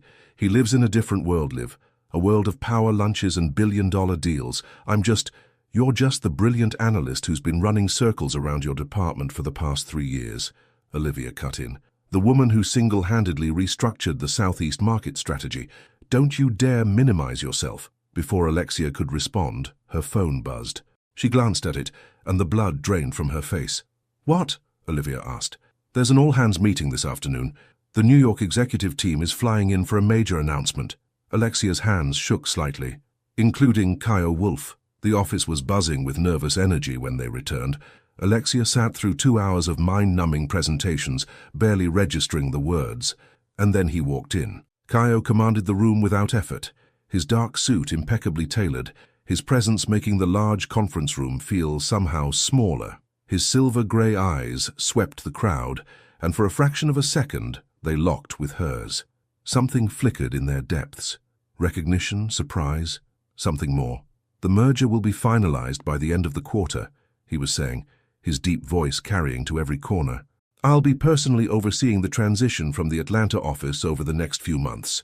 Alexia felt the room spin slightly. Months. He would be here for months. After the meeting, she tried to slip out quietly, but his voice stopped her. "Ms. Monroe, a moment!" Her heart thundered as colleagues filed past, leaving them alone in the conference room. Kaio stood by the window, the late afternoon sun casting his profile in sharp relief. "I trust you found your room satisfactory that night." His tone was professional, but there was an undercurrent of something else. "Yes, thank you." Alexia forced herself to meet his gaze. "Mr. Wolf, Kaio," he corrected softly. "I think we're past formalities, don't you?" The tenderness in his voice, so different from his corporate persona, made her breath catch. "Kaio, I need to tell you something." He took a step closer, and suddenly she was back in that hotel room, surrounded by his presence, his scent, the invisible pull between them. "I've thought about you," he admitted, his voice low. "More than I should. I'm pregnant." The words fell between them like stones in still water. Alexia watched his face, waiting for the shock, the denial, the rapid retreat she'd imagined 1,000 times. Instead, Kaio was absolutely still, his silver eyes studying her face with an intensity that made her want to look away. But she held his gaze, chin lifted slightly, refusing to apologize for the truth. "You're certain?" His voice was carefully controlled. "Yes."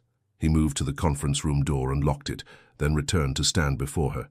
"Tell me what you want, Alexia, not what you think I want to hear. What do you want?" The question caught her off guard. In all her scenarios, she hadn't expected him to ask about her wishes. I want to keep the baby," she said softly, "but I don't expect anything from you. I can handle this on my own." "No, no, no. You don't have to handle this on your own." Kaio ran a hand through his dark hair, the first sign of genuine emotion she'd seen from him in the corporate setting. "I know my reputation. I know what people say about me. But I'm not the kind of man who walks away from his responsibilities. More than that," he paused, choosing his words carefully, "more than that, I'm not the kind of man who can forget a night like that. Who can forget you?" Tears pricked at Alexia's eyes, but she blinked them back. "This isn't just about responsibility, Kaio. This is a child, a life. It changes everything. Then let it change everything." He stepped closer, close enough that she could see the flecks of darker gray in his eyes. "That night, you saw me. Not the corporate shark, not the wolf heir, just me. No one's done that in a very long time." A knock at the door made them both jump. "Mr. Wolf, the video conference with Tokyo is in 5 minutes. "A moment," he called out, then turned back to Alexia. "Have dinner with me tonight. We need to talk. Really talk." Alexia hesitated. "I don't know if that's a good idea." "Probably not," he agreed, a hint of a smile softening his features. "But I think we're past good ideas, don't you?" She found herself nodding, and he quickly wrote down an address on a business card. 8 o'clock. It's a private restaurant. No corporate eyes, no expectations. Just us. As Alexia walked back to her desk on shaky legs, she passed Olivia, who raised an eyebrow in silent question. "I'm having dinner with him tonight," she whispered. "Holy shit," Olivia mouthed, then grabbed her arm. "You're coming to my place first. No way are you wearing anything from your current wardrobe for this conversation." Later, as Alexia stood in Olivia's bedroom surrounded by discarded outfit options, her friend stopped fussing with clothes and pulled her into a tight hug. "Whatever happens tonight, you've got this. And you've got me. Always." Alexia hugged her back, grateful for the unconditional support. What if this is all a huge mistake? "The biggest changes in life usually look like mistakes at first," Olivia said wisely. "Sometimes you have to let go of the life you plan to make room for the life that's waiting for you." As the sun set over Atlanta, Alexia looked at herself in the mirror. She wore a simple black dress that somehow made her look both elegant and approachable, her curls falling freely around her shoulders. For once, she didn't feel the need to hide or minimize herself. Whatever happened tonight would change everything. But maybe, just maybe, that was exactly what both she and Kaio needed. A chance to break free from the careful boxes they'd built around themselves and discover who they could be together. The restaurant was hidden away in a renovated brownstone in Atlanta's historic district. Alexia stepped out of her Uber, her heart racing as she took in the understated elegance of the building. No sign marked its entrance, just a simple brass number on a dark blue door. Before she could reach for the handle, the door opened. Kaio stood there and Alexia's breath caught. He'd changed from his corporate armor into dark jeans and a charcoal cashmere sweater that somehow made him look both more approachable and more devastatingly attractive. "You look beautiful," he said softly, his silver eyes taking in her appearance with an intensity that made her skin tingle. "Thank you." She followed him inside, where a discreet host led them through the intimate space. The restaurant was clearly exclusive. Only 5 tables occupied the main floor, each separated by clever architectural details that created perfect privacy. But Kaio guided her past these, up a narrow staircase to a private dining room with floor-to-ceiling windows overlooking a hidden garden. A single table was set with fine china and crystal, soft lighting creating an intimate atmosphere. "I hope this is okay," he said, pulling out her chair. "I thought we needed somewhere we could really talk." "It's perfect," Alexia replied, trying to calm her nerves. Up close, she could smell his cologne, that same intoxicating scent from the hotel room that had haunted her dreams. A sommelier appeared, and Kaio ordered sparkling water for both of them without hesitation. The gesture, his immediate consideration for her condition, touched something deep inside her. "How are you feeling?" he asked once they were alone, his tone gentle. "Any morning sickness?" "Some," she admitted, "though it seems to hit more in the afternoon. I've been living on ginger tea and crackers." "Have you seen a doctor yet?" She shook her head. "I have an appointment next week. I only confirmed it with home tests a few days ago." Kaio's hands tightened slightly on his water glass. "I'd like to be there, at the appointment, if you'll let me." The vulnerability in his voice, so different from his corporate persona, made Alexia look up sharply. "You don't have to—" "Please stop telling me what I don't have to do," he interrupted, but his tone was soft. "I want to be involved, Alexia. Not out of obligation, but because—" He paused, seeming to struggle with words for the first time since she'd met him. "Because that night meant something. You meant something." The chef arrived then, presenting a tasting menu that had clearly been planned with pregnancy restrictions in mind. Each dish was a work of art, but Alexia barely tasted them. She was too caught up in the man across from her, who seemed to be slowly letting his carefully constructed walls crumble. "Tell me about your family," she said between courses, wanting to understand him better. A shadow crossed his face. "Not much to tell. My parents are corporate lawyers in New York. Success was the only acceptable outcome in our household. Emotions were seen as inefficient." "That sounds lonely." It was. He met her eyes. "Until that night in the hotel, I thought that's just how life was. Controlled, calculated. Then you walked in and suddenly everything I thought I knew about myself came into question." "What do you mean?" Kaio was quiet for a moment, swirling water in his crystal glass. "I've been with women before, beautiful, accomplished women who made perfect sense on paper. But with you, it was different, raw, real. For the first time in my life, I wasn't thinking about consequences or appearances. I was just feeling." "I know what you mean," Alexia said softly. "I've spent so long being careful, building walls, protecting myself, but that night," she took a shaky breath, "it was like all my defenses meant nothing, like you saw right through them." "You were virgin," he said quietly. It wasn't a question. "Yes." She lifted her chin slightly, refusing to be embarrassed. "I was waiting, not for marriage necessarily, but for something real, something that mattered." Kaio reached across the table, taking her hand. His touch sent electricity through her veins.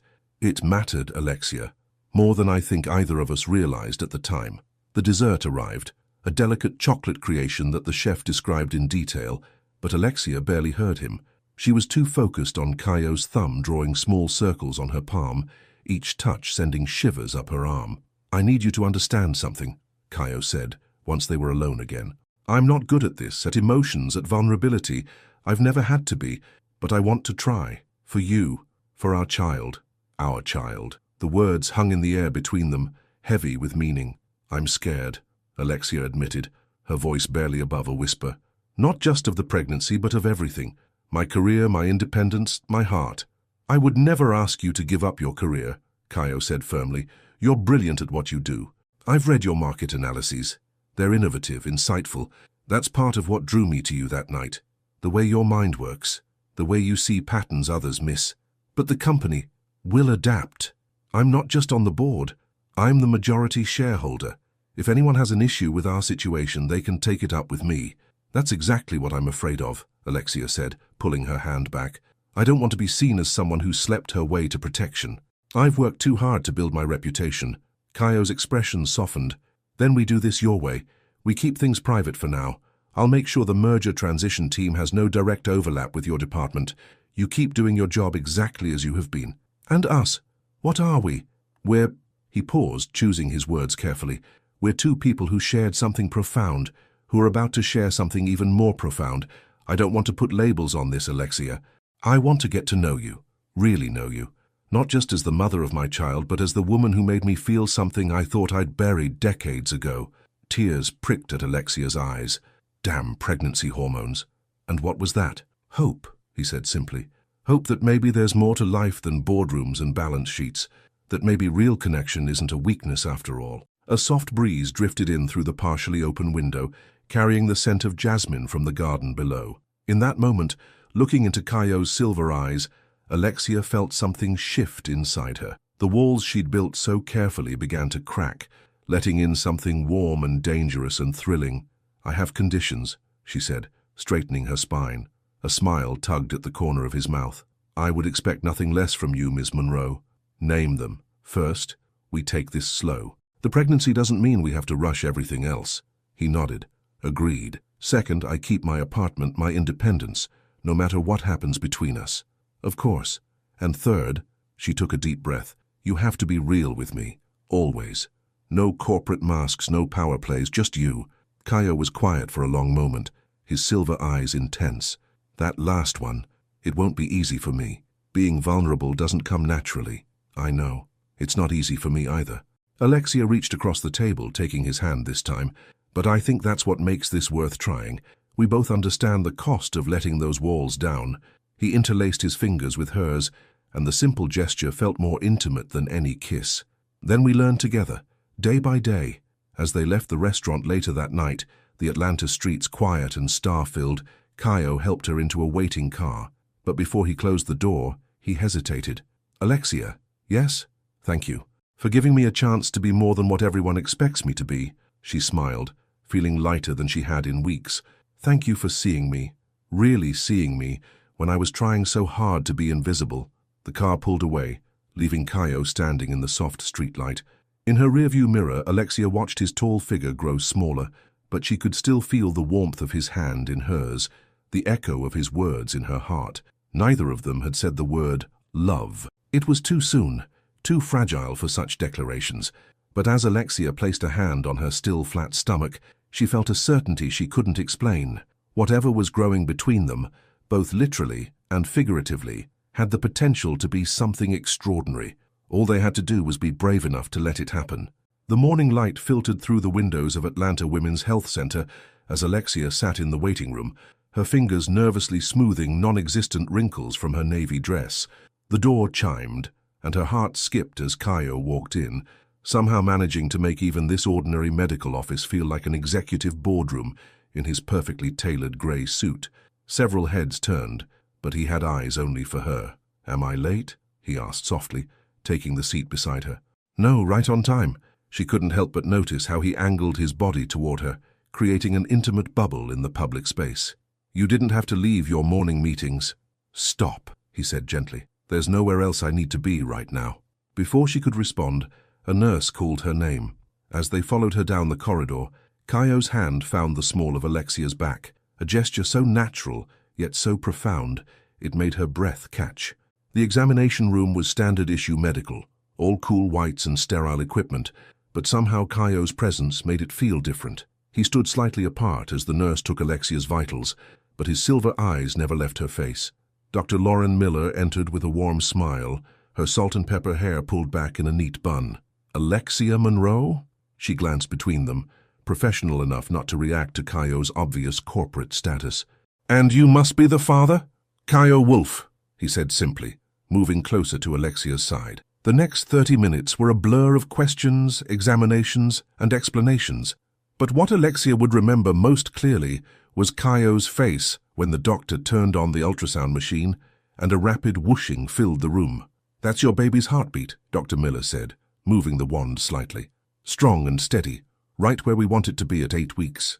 Alexia felt tears slip down her cheeks as she stared at the tiny flickering light on the screen. Then she felt Caio's hand close around hers, and when she looked up, she saw something she never expected, moisture in those steel-gray eyes. "Would you like a picture?" Dr. Miller asked, already printing several copies. Yes, they said in unison, then shared a look that made the doctor smile knowingly. Later, in the parking lot, Kaio helped Alexia into his car despite her protests that she could drive herself. "You're coming to my place," he said, his tone brooking no argument. "We need to talk about the care instructions Dr. Miller gave us, and I had my chef prepare lunch." "You have a chef? For special occasions?" He glanced at her as he navigated through midday traffic. "This qualifies." His penthouse in Buckhead took up the entire top floor of a sleek high-rise, but what struck Alexia wasn't the obvious luxury. It was how unlived-in it felt, like a perfect stage set, waiting for real life to begin. "The kitchen's through here," Kaio said, leading her past modern art pieces that probably cost more than her annual salary. The kitchen, however, was warm and inviting, with copper pots hanging from a rack and sunlight streaming through floor-to-ceiling windows. A small table was set for two, laden with what looked like a gourmet version of comfort food: golden chicken soup, fresh bread, and a colorful salad. "You told your chef I've been having trouble keeping food down," Alexia realized, touched by the thoughtfulness. "I did some research," he admitted, pulling out her chair. "Apparently clear broths and simple proteins are best for morning sickness, though in your case it's more afternoon sickness." They ate in comfortable silence for a while, the Atlanta skyline spreading out before them. Finally, Kaio spoke. "Move in with me." Alexia nearly choked on her soup. "What?" "Not immediately," he clarified quickly, "but soon. This place has 5 bedrooms. A proper nursery could be set up, and you'd be closer to the office." "Kaio," she interrupted gently, "we talked about this. Taking things slow, remember? Maintaining my independence." He ran a hand through his dark hair, a gesture she was beginning to recognize as a sign of genuine emotion breaking through his controlled exterior. "I know, I want to be there, for everything. Every morning of sickness, every craving, every moment. And you can be," she said softly, "but not by rushing into living together. We barely know each other outside of work, and that night, then let me know you." He reached across the table, taking her hand. "Have dinner with me again, not at a restaurant. Here, I'll cook." "You cook?" A smile tugged at his lips. "There's a lot you don't know about me, Alexia Monroe. My mother might have been emotionally distant, but our housekeeper, Rosa, practically raised me. She taught me that food is love in its purest form." The simple admission, this glimpse into his childhood, moved her more than any grand gesture could have. "Okay," she said. "Dinner. But not tonight. I promised Olivia I'd fill her in on the appointment." "Ah yes, the protective best friend." His tone was amused. "Should I be worried?" "Probably," Alexia laughed. "She's already planning ways to make your life miserable if you hurt me." "Smart woman." His expression grew serious. "I don't intend to hurt you, Alexia." "I know," she said softly, "but intentions aren't always enough." They stood at his door later, neither quite ready to say goodbye. Kaio reached out, tucking a stray curl behind her ear. The gesture was so tender it made her heart ache. "Tomorrow night?" he asked. "For dinner?" "Tomorrow night," she agreed. Back at her own apartment, Alexia found Olivia waiting with takeout and demanding eyes. "Spill everything. Now." Over pad thai and spring rolls, Alexia recounted the appointment, then pulled out the ultrasound picture. Olivia squealed appropriately, then grew serious. "And Kaio? How's he handling all this?" "Surprisingly well, almost too well." Alexia picked at her food. "He asked me to move in with him." "Whoa!" Olivia sat up straighter. "That's fast." "I said no. We agreed to take things slow." But, Alexia sighed. "There are moments when he looks at me, or touches me, and it feels like the most natural thing in the world, like we've known each other forever, instead of weeks. That's called chemistry, honey." Olivia took a sip of her tea. "The question is, are you ready to risk your heart on it?" "I think," Alexia said slowly, "I think it might be too late to protect my heart. Not with the baby, and not with him." The next day at work was a study in careful distance. They passed each other in the hallway once. Kaio in full corporate mode, surrounded by executives, Alexia heading to a team meeting. Their eyes met briefly, and the electricity between them was almost visible. That evening, as Alexia stood in front of her closet, trying to decide what to wear for dinner, her phone buzzed with a text from Kaio. "Wear something comfortable.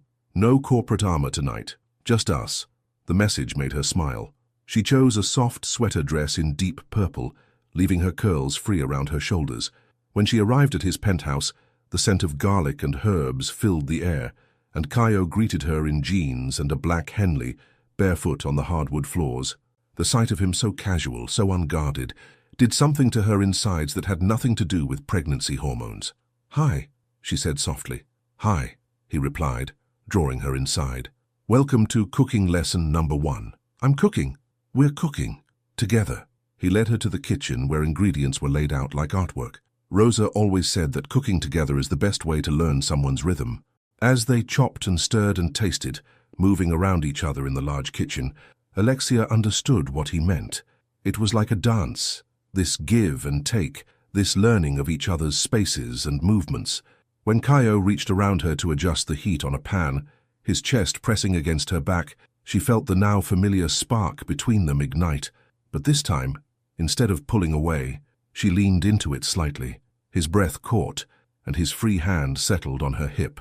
"Alexia," he murmured, his lips close to her ear. "The sauce is going to burn," she whispered back. He chuckled, the sound rich and warm, but moved away to stir the pan. The moment stretched between them, full of promise and possibility. Later, as they ate the pasta they'd created together, Alexia realized something important. They were learning each other, slowly but surely, in all the ways that mattered. Not through grand gestures or dramatic declarations, but through small moments. The way he remembered her tea preference, the way she could read his micro-expressions, the way they moved together in the kitchen like they'd been doing it for years. Maybe that was what real love looked like.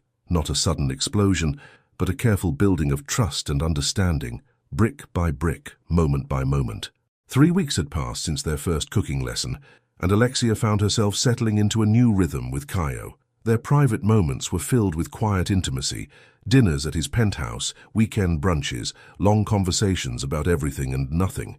But at work, they maintained their careful distance, a dance of professional detachment that was becoming increasingly difficult to maintain. That morning, however, everything changed. Alexia sat in her morning team meeting, trying to focus on quarterly projections while fighting another wave of nausea, when her phone buzzed with an incoming email. The subject line made her blood run cold. "Wolf airs secret romance with junior analyst."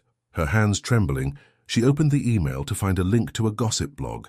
There, in high-resolution detail, were photos of her and Kaio, entering his building, sharing intimate dinners by his penthouse windows, even one of him helping her into his car after the doctor's appointment. The article was filled with speculation about their relationship, her role in the company, and thinly veiled implications about how she'd advanced her career.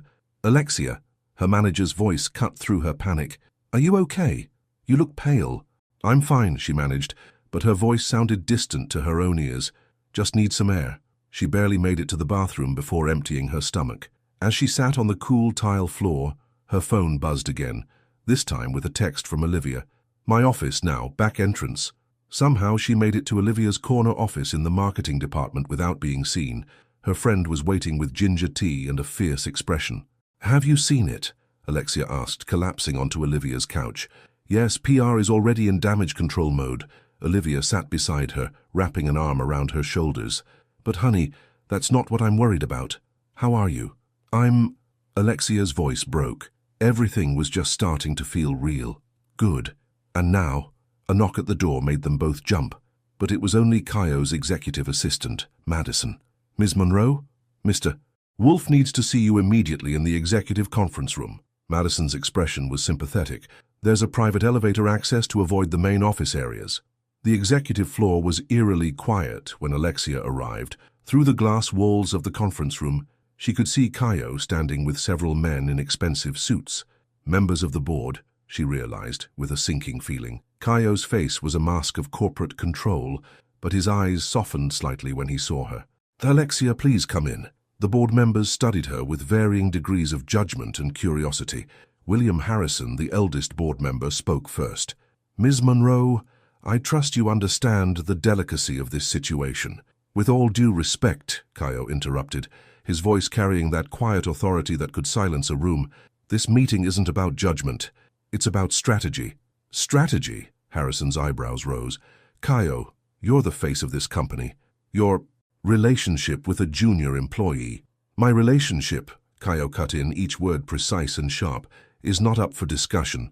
What is up for discussion is how we're going to handle the clear breach of privacy that occurred. The optics, another board member began. The optics, Kaio's voice dropped dangerously, are that someone had me followed, had photos taken through my private windows, invaded not just my privacy, but that of someone I care about, someone carrying my child. The room went deadly silent. Alexia's heart thundered in her chest as she watched the board members process this new information. "You're pregnant?" Harrison asked, looking at Alexia directly for the first time. "Yes." She lifted her chin, channeling some of Kaio's quiet strength. 12 weeks. "This changes everything," one of the younger board members muttered. "No," Kaio said firmly. "This changes nothing about her capabilities, her contributions to this company, or her right to privacy." He moved to stand beside Alexia, not quite touching her, but close enough that she could feel his protective energy. "What it does change is how aggressively we're going to pursue whoever leaked those photos." The next hour was a blur of legal discussions and PR strategies. Through it all, Kaio remained a steady presence beside her, his occasional glances carrying messages only she could read. "Are you okay? I'm here. We'll get through this." Finally, when the last board member had left, Kaio closed the conference room door and turned to her. In an instant, his corporate mask crumbled. "I'm so sorry," he said softly, pulling her into his arms. "I should have been more careful, should have known we were being watched." Alexia buried her face in his chest, breathing in his familiar scent. "What happens now?" "Now," he pulled back slightly to look at her, "we stop hiding. Not because they forced our hand, but because I'm tired of pretending I don't light up every time you walk into a room." "Kaio, listen to me." He cupped her face in his hands. "I know this isn't how we plan to handle things. I know you wanted to keep your professional reputation separate from us, but maybe this is an opportunity." "An opportunity for what?" "To be honest, about everything." His silver eyes were intense. "Move in with me, Alexia. Not because of the publicity, not because of the baby, but because I can't stand watching you leave every night, because my place doesn't feel like home until you're in it." "People will talk," she whispered. "They'll say, 'Let them talk.'" He brushed his thumb across her cheek. "They'll see what I see eventually. A brilliant woman who challenges me, who makes me better, who's carrying our child and still running circles around her department's projections." A knock at the door interrupted them. Madison entered with a concerned expression. "Sir, your mother is on line 1 and she's not happy." Kaio's jaw tightened. "Tell her I'll call her back. She says she's getting on a plane. She and your father will be here by tonight."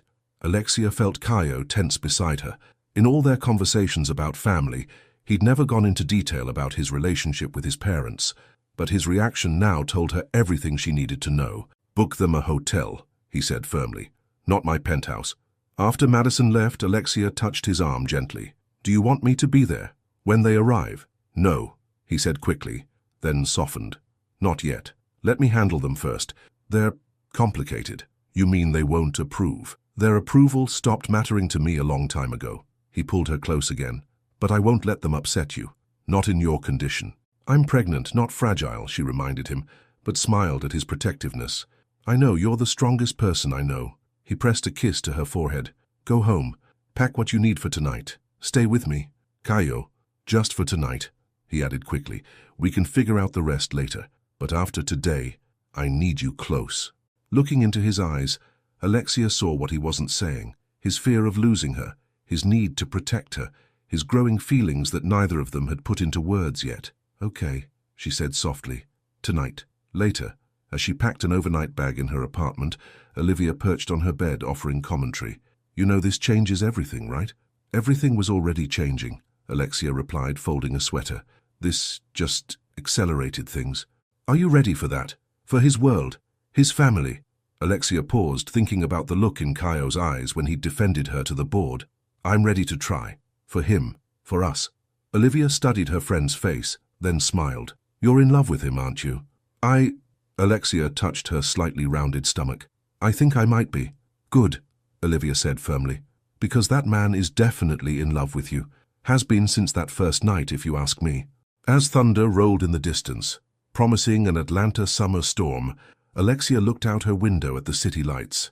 Somewhere out there, Kaio was preparing to face his parents, to defend their relationship, to fight for what was growing between them. She placed a hand on her stomach, feeling the first flutter of movement, too early to be the baby, but something else. Hope, maybe. or courage. Whatever storms were coming, they would face them together.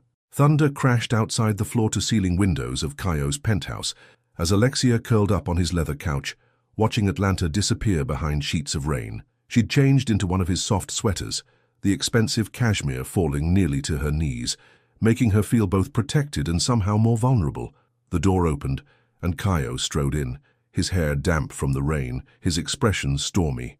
He stopped when he saw her, something in his face softening. "You're still here," he said quietly, as if he'd half expected her to vanish. "Of course I am." She stood, studying his tense features. "How did it go with your parents?" He loosened his tie with sharp movements. "About as well as expected. They're displeased." "Displeased enough to take another meeting at 9 p.m.? She gestured to his suit.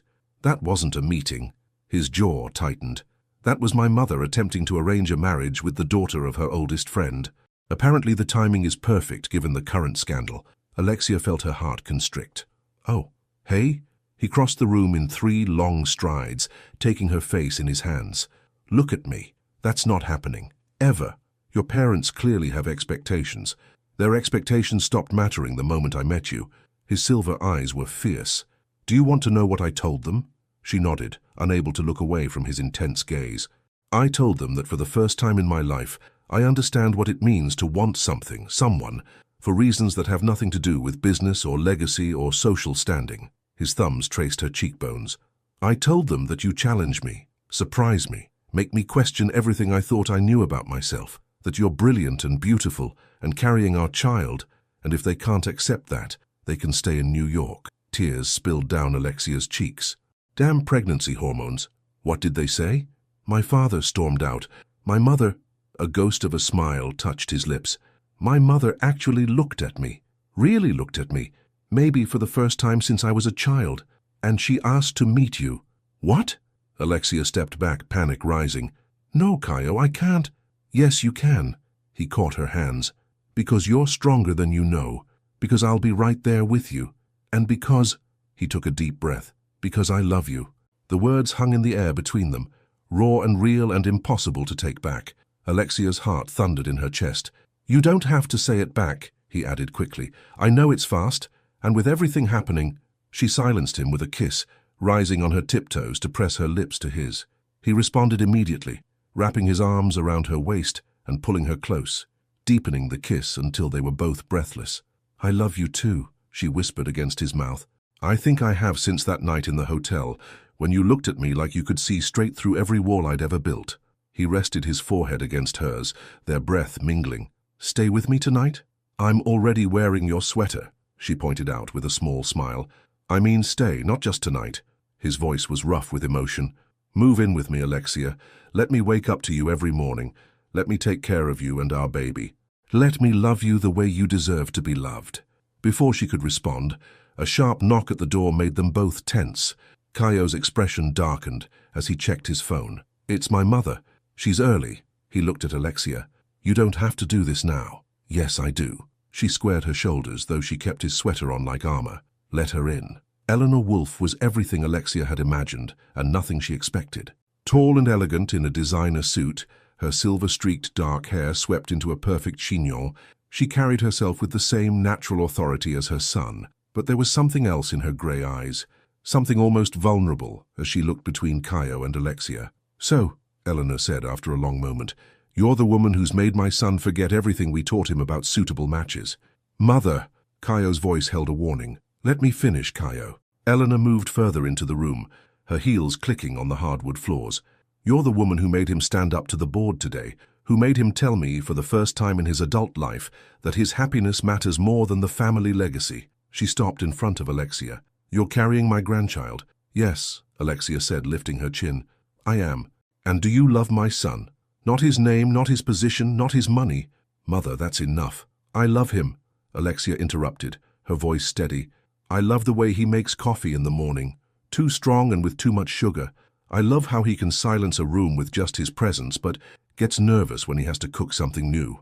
I love that he's learning to be vulnerable, to let someone in, even though it terrifies him." She took a deep breath. "I love him for who he is, Mrs. Wolfe, not what he owns, and I'm not asking for your approval, But I hope someday you'll understand that your son deserves to be loved for himself, not for his legacy." Eleanor was silent for a long moment, studying Alexia with those penetrating grey eyes so like her son's. Then, to both Alexia and Caio's shock, she smiled. "Well," she said softly, "perhaps I was wrong about suitable matches." She turned to Caio. "Your father will take longer to convince. But for what it's worth, I think you've found something rare, my son. Don't let anyone take it from you, not even us." After Eleanor left, Caio pulled Alexia into his arms, burying his face in her curls. "I've never seen my mother back down like that, not once in my entire life. Maybe she just needed to see that you could be happy without following their plan. Maybe." He pulled back to look at her. "You were incredible, you know that? Standing up to her, defending us." "I meant every word." She touched his face gently. "And yes, I'll move in with you." She smiled at his surprised expression. "You're right. It's time to stop hiding. From your family, from the press, from our feelings. I love you, Caio Wolf, and I'm tired of pretending I don't want to fall asleep in your arms every night." His kiss was fierce and tender all at once, full of promises and possibilities. When they finally broke apart, the storm outside had passed, leaving the Atlanta skyline glittering like stars. "I should warn you," Caio said, his silver eyes dancing with unexpected humor. "I'm terrible at sharing closet space." Alexia laughed, the sound bright and free. "Good thing you have 5 bedrooms worth of closets then." As they stood together looking out at the city, Alexia felt their baby flutter. A real movement this time, tiny but unmistakable. She guided Caio's hand to the spot, watching his face transform with wonder. "I feel it," he whispered, awe replacing his usual corporate control. That's our baby." "Our baby," she echoed, leaning into him. "Our home, our life, our love story," he added softly. "Not the one anyone expected, but the one we chose." Outside, the last rumbles of thunder faded away, leaving behind a sky washed clean and new. Like their love, Alexia thought. Unexpected, powerful, and all the more beautiful for having weathered its first storm.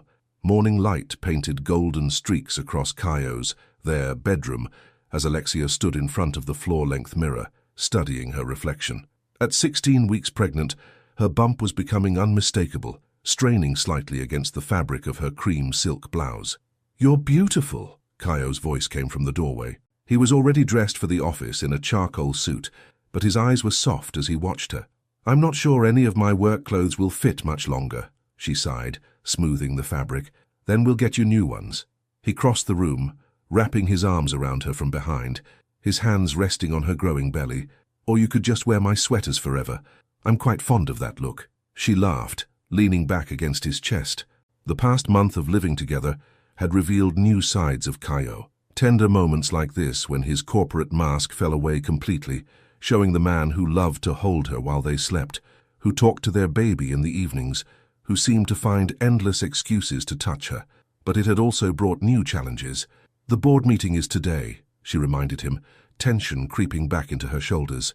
"I know." His reflection met hers in the mirror. "And you're going to be brilliant, just like you always are." Since the news of their relationship had broken, Alexia had insisted on maintaining her professional independence.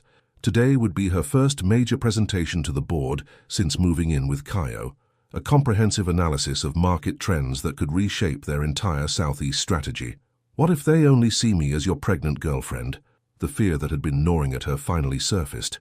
"What if everything I've worked for—" "Stop." Caio turned her gently to face him. "You earned this presentation. Your analysis is revolutionary. That's why you're presenting it, not your team lead. The board needs to hear this directly from the person who saw the patterns everyone else missed." A knock at their bedroom door interrupted them. "Mr. Wolf, the car is ready," Madison called out. "We'll take separate cars," Alexia said firmly. At Caio's slight frown, she added, "Please, I need to do this my way." He nodded, understanding in his silver eyes.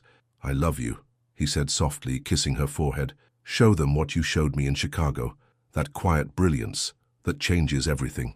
An hour later, Alexia stood in the women's restroom at the office, fighting morning sickness that had decided to make an afternoon appearance. The door opened, and Olivia rushed in. "I brought crackers and ginger tea," her friend announced, pulling supplies from her designer bag. "And backup makeup in case you need touch-ups before the presentation. You're a lifesaver." Alexia accepted the tea gratefully, How did you know? Please, you think I haven't memorized your nausea schedule? Olivia hopped onto the counter, studying her friend. Plus, Madison texted me. Kaio's assistant is reporting to you now. We have a deal. I keep her updated on your lunch breaks. She keeps me posted on your morning sickness. We're like your personal protection squad. Olivia's expression softened. He really loves you, you know. The whole office sees it. The way his eyes follow you in meetings. How he has to stop himself from reaching for you in the hallways. I know.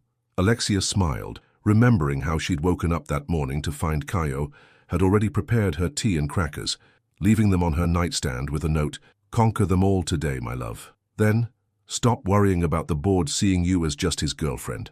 Show them why he fell in love with you in the first place, that fierce intelligence that doesn't back down. Strengthened by Olivia's words and the settling effects of the tea, Alexia made her way to the boardroom. She passed Kaio in the hallway, a professional nod their only acknowledgement, though his eyes held volumes of love and pride. The presentation started smoothly. Alexia moved through her analysis with practiced precision, her voice steady as she outlined the market shifts she'd identified. But when she reached her most controversial conclusion, that they needed to completely restructure their approach to millennial investors, she saw several board members shift uncomfortably. "Ms. Monroe," Harrison interrupted, "while your analysis is interesting, it contradicts decades of established investment patterns. With respect, Mr. Harrison, that's exactly my point." Alexia met his gaze steadily. "We're using outdated models to predict the behavior of a generation that operates fundamentally differently than their predecessors. And you believe you understand this generation better than our experienced analysts? I believe the data speaks for itself." She pulled up a new slide, displaying complex pattern analysis. "These trends aren't theoretical. They're happening right now, under our noses. If we don't adapt, we'll lose an entire generation of potential clients." "She's right." Kaio's voice was quiet, but carried authority. "Look at the probability matrices on page 7. The pattern correlation is undeniable." "Of course you'd support her analysis," another board member muttered. The room went silent.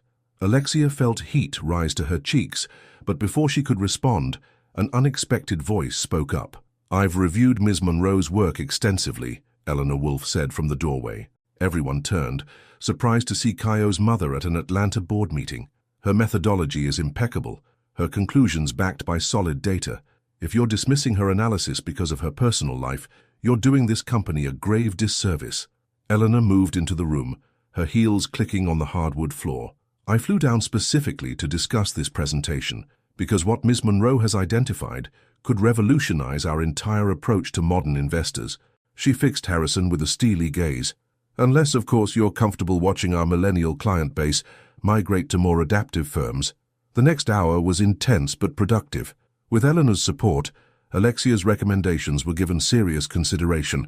By the end, even Harrison was grudgingly acknowledging the validity of her analysis. After the meeting, Eleanor caught Alexia's arm. "Walk with me." They ended up in the executive lounge where Eleanor ordered tea for both of them. "Ginger," she specified to the server. "My daughter-in-law needs it for the baby." Alexia's eyes widened at the term. Eleanor smiled slightly. "Is that not accurate? We haven't... That is, Kaio hasn't... He will." Eleanor's expression softened. "I know my son. The way he looks at you, I've never seen him so sure of anything." She paused, stirring her tea. "I owe you an apology, Alexia. I judged you unfairly at first. You were protecting your son." "No, I was protecting an idea of him, the heir we'd molded since childhood. But watching you today, seeing how you stand your ground, how you fight for what you believe in..." Eleanor reached across the table, squeezing Alexia's hand. "You make him better. Not just happier, but better. As a leader, as a man, as the father he's about to become." Tears pricked at Alexia's eyes. "Thank you," she whispered. "Don't thank me yet," Eleanor said with a hint of mischief. "Wait until I start insisting on planning the wedding." Later that evening, as Alexia recounted the conversation to Kaio, she found herself studying his face. He was lounging on their bed, his suit replaced by soft loungewear, reading glasses perched on his nose as he reviewed documents. "Your mother called me her daughter-in-law," she said carefully. Kaio set down his papers, removing his glasses. "Is that something you'd want? To be my wife? Are you asking?" "Not yet." He pulled her close, his hand finding its usual place on her bump. "When I do, it won't be because of the baby, or my mother, or anything else. It will be because I want to spend my life loving you, challenging you, growing with you. He kissed her softly. But yes, Alexia Monroe, one day soon, I'm going to ask you to marry me, and I hope you'll say yes. She curled into him, feeling their baby move as if in response to their conversation. I will, she whispered. When you ask, I will. Outside their window, Atlanta glittered in the darkness, a constellation of lights matching the joy sparkling in their hearts. They had faced their first major challenges, family expectations, professional scrutiny, personal doubts, and emerged stronger. Together they were writing a new story, one where love and career, passion and professionalism could coexist and flourish. And somewhere in the city, Olivia was probably already planning what to wear to the wedding she knew would come, while Eleanor Wolfe sat in her hotel suite, smiling as she looked at nursery design magazines, both women already part of the unexpected but beautiful family Alexia and Kaio were building. One truth, one challenge, one love-filled day at a time. At 20 weeks pregnant, Alexia had grown accustomed to the changes in her body, the way her growing bump seemed to lead her into every room. What she wasn't prepared for was the wave of dizziness that hit her during a routine morning meeting. Alexia, her team leader's voice seemed to come from far away. Are you all right? She tried to stand to assure everyone she was fine, but the room tilted dangerously. The last thing she heard was someone calling her name before everything went black. She woke to bright hospital lights and the steady beep of monitors. Kaio sat beside her bed, his usually perfect hair disheveled, his tie loose around his neck. When he saw her eyes open, the relief on his face was palpable. Don't ever scare me like that again, he whispered, taking her hand. The baby. Her free hand flew to her stomach. Is fine, a new voice assured her. Dr. Miller stepped into view, chart in hand. But you, Ms. Monroe, are severely anemic. Your blood pressure is also concerning. We need to discuss reducing your workload. No, Alexia said immediately. I have the merger transition to oversee, the new market strategy implementation. Alexia. Kaio's voice was gentle but firm. Nothing is more important than your health and our babies.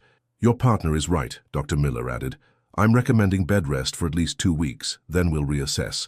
Your body is telling you to slow down. You need to listen. After the doctor left, Alexia turned to Kaio, tears threatening. I can't just stop working. The board finally started taking me seriously, and now they'll respect you for taking care of yourself and our child. He brushed a curl from her face. I've already spoken to HR. You can work remotely, delegate the in-person meetings. Madison will coordinate everything. You're handling this very calmly, she observed, studying his face. A muscle ticked in his jaw. Calm is not what I'm feeling. When they called me when I saw you unconscious, he closed his eyes briefly. I have never been more terrified in my life. The raw emotion in his voice made her heart ache. I'm sorry, she whispered. Don't apologize. He pressed his forehead to hers. Just let me take care of you, both of you. Later that evening, settled back in their penthouse, Alexia watched Kaio transform their living room into a comfortable workspace. He'd arranged for a reclining desk setup, positioned so she could see both her laptop and the Atlanta skyline. Olivia's coming over tomorrow to help you organize your remote workflow, he said, adjusting a pillow behind her back.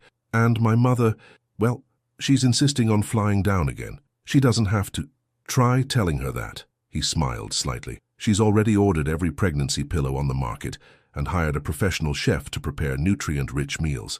Your mother is becoming surprisingly maternal. I think she's making up for lost time. Kaio sat beside her, his hand finding its usual place on her bump. With me, with us, with the baby. Speaking of which, he reached into his pocket, pulling out a small velvet box. Alexia's heart stopped. Kaio, this isn't because of today, he said quickly. I've had this for weeks, waiting for the perfect moment. But today made me realize something. There is no perfect moment. There's just us loving each other, facing whatever comes our way together. He opened the box, revealing a stunning emerald-cut diamond ring with delicate sapphire accents. I love you, Alexia Monroe. Your strength, your brilliance, your heart. Marry me. Through tears, she nodded. Yes, of course, yes. The ring slid perfectly onto her finger, catching the evening light. As Kaio kissed her, their baby kicked. A strong movement they both felt. Someone approves. Alexia laughed softly. The next few days settled into a new rhythm. Alexia worked from her comfortable setup, connected to the office through video calls and shared documents. Olivia became a constant presence, bringing work updates, gossip, and much-needed laughter. But on the fourth day, something changed. Alexia woke to sharp pains in her abdomen. Kaio was already at the office for an early meeting, and panic clawed at her throat as she reached for her phone. "Kaio!" she gasped when he answered. "Something's wrong." She had never heard him move so fast. Within 15 minutes, he was bursting through their door, already on the phone with Dr. Miller. Everything after that became a blur of ambulance lights and hospital corridors. "The baby is under stress," Dr. Miller explained after examining her. "Your blood pressure has spiked dangerously. We need to get it under control immediately." Hours passed in a haze of medications and monitoring. Kaio never left her side, his usual corporate control completely abandoned. As he held her hand, whispered prayers, made calls to postpone meetings without a second thought. Olivia arrived with an overnight bag and tears in her eyes. "I've got your comfortable clothes, your Kindle, everything you need. Just stay strong, okay?" Eleanor appeared next, her usual elegance softened by genuine concern. She took one look at her son's haunted face and took charge. "Kaio, go get some air," she commanded gently.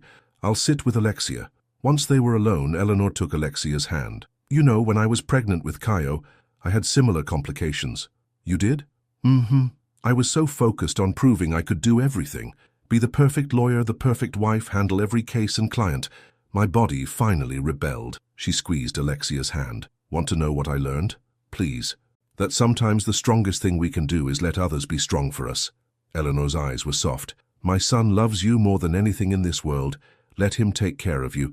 Let all of us help." When Kaio returned, some of the wild fear had left his eyes, replaced by determined focus. He sat beside Alexia's bed, pulling out his tablet. "I've restructured my entire schedule," he said. "Delegated most of my direct responsibilities to the senior team. For the next month, I'm working primarily from home." "Kaio, you can't." "Yes, I can." His voice was firm. "I built this company to run without me having to control every detail. It's time I proved that." He took her hand, touching her engagement ring. "You and our baby are my priority. Everything else can wait." Dr. Miller's evening update brought cautious good news. The medications were working, the baby's vitals improving. But she was clear.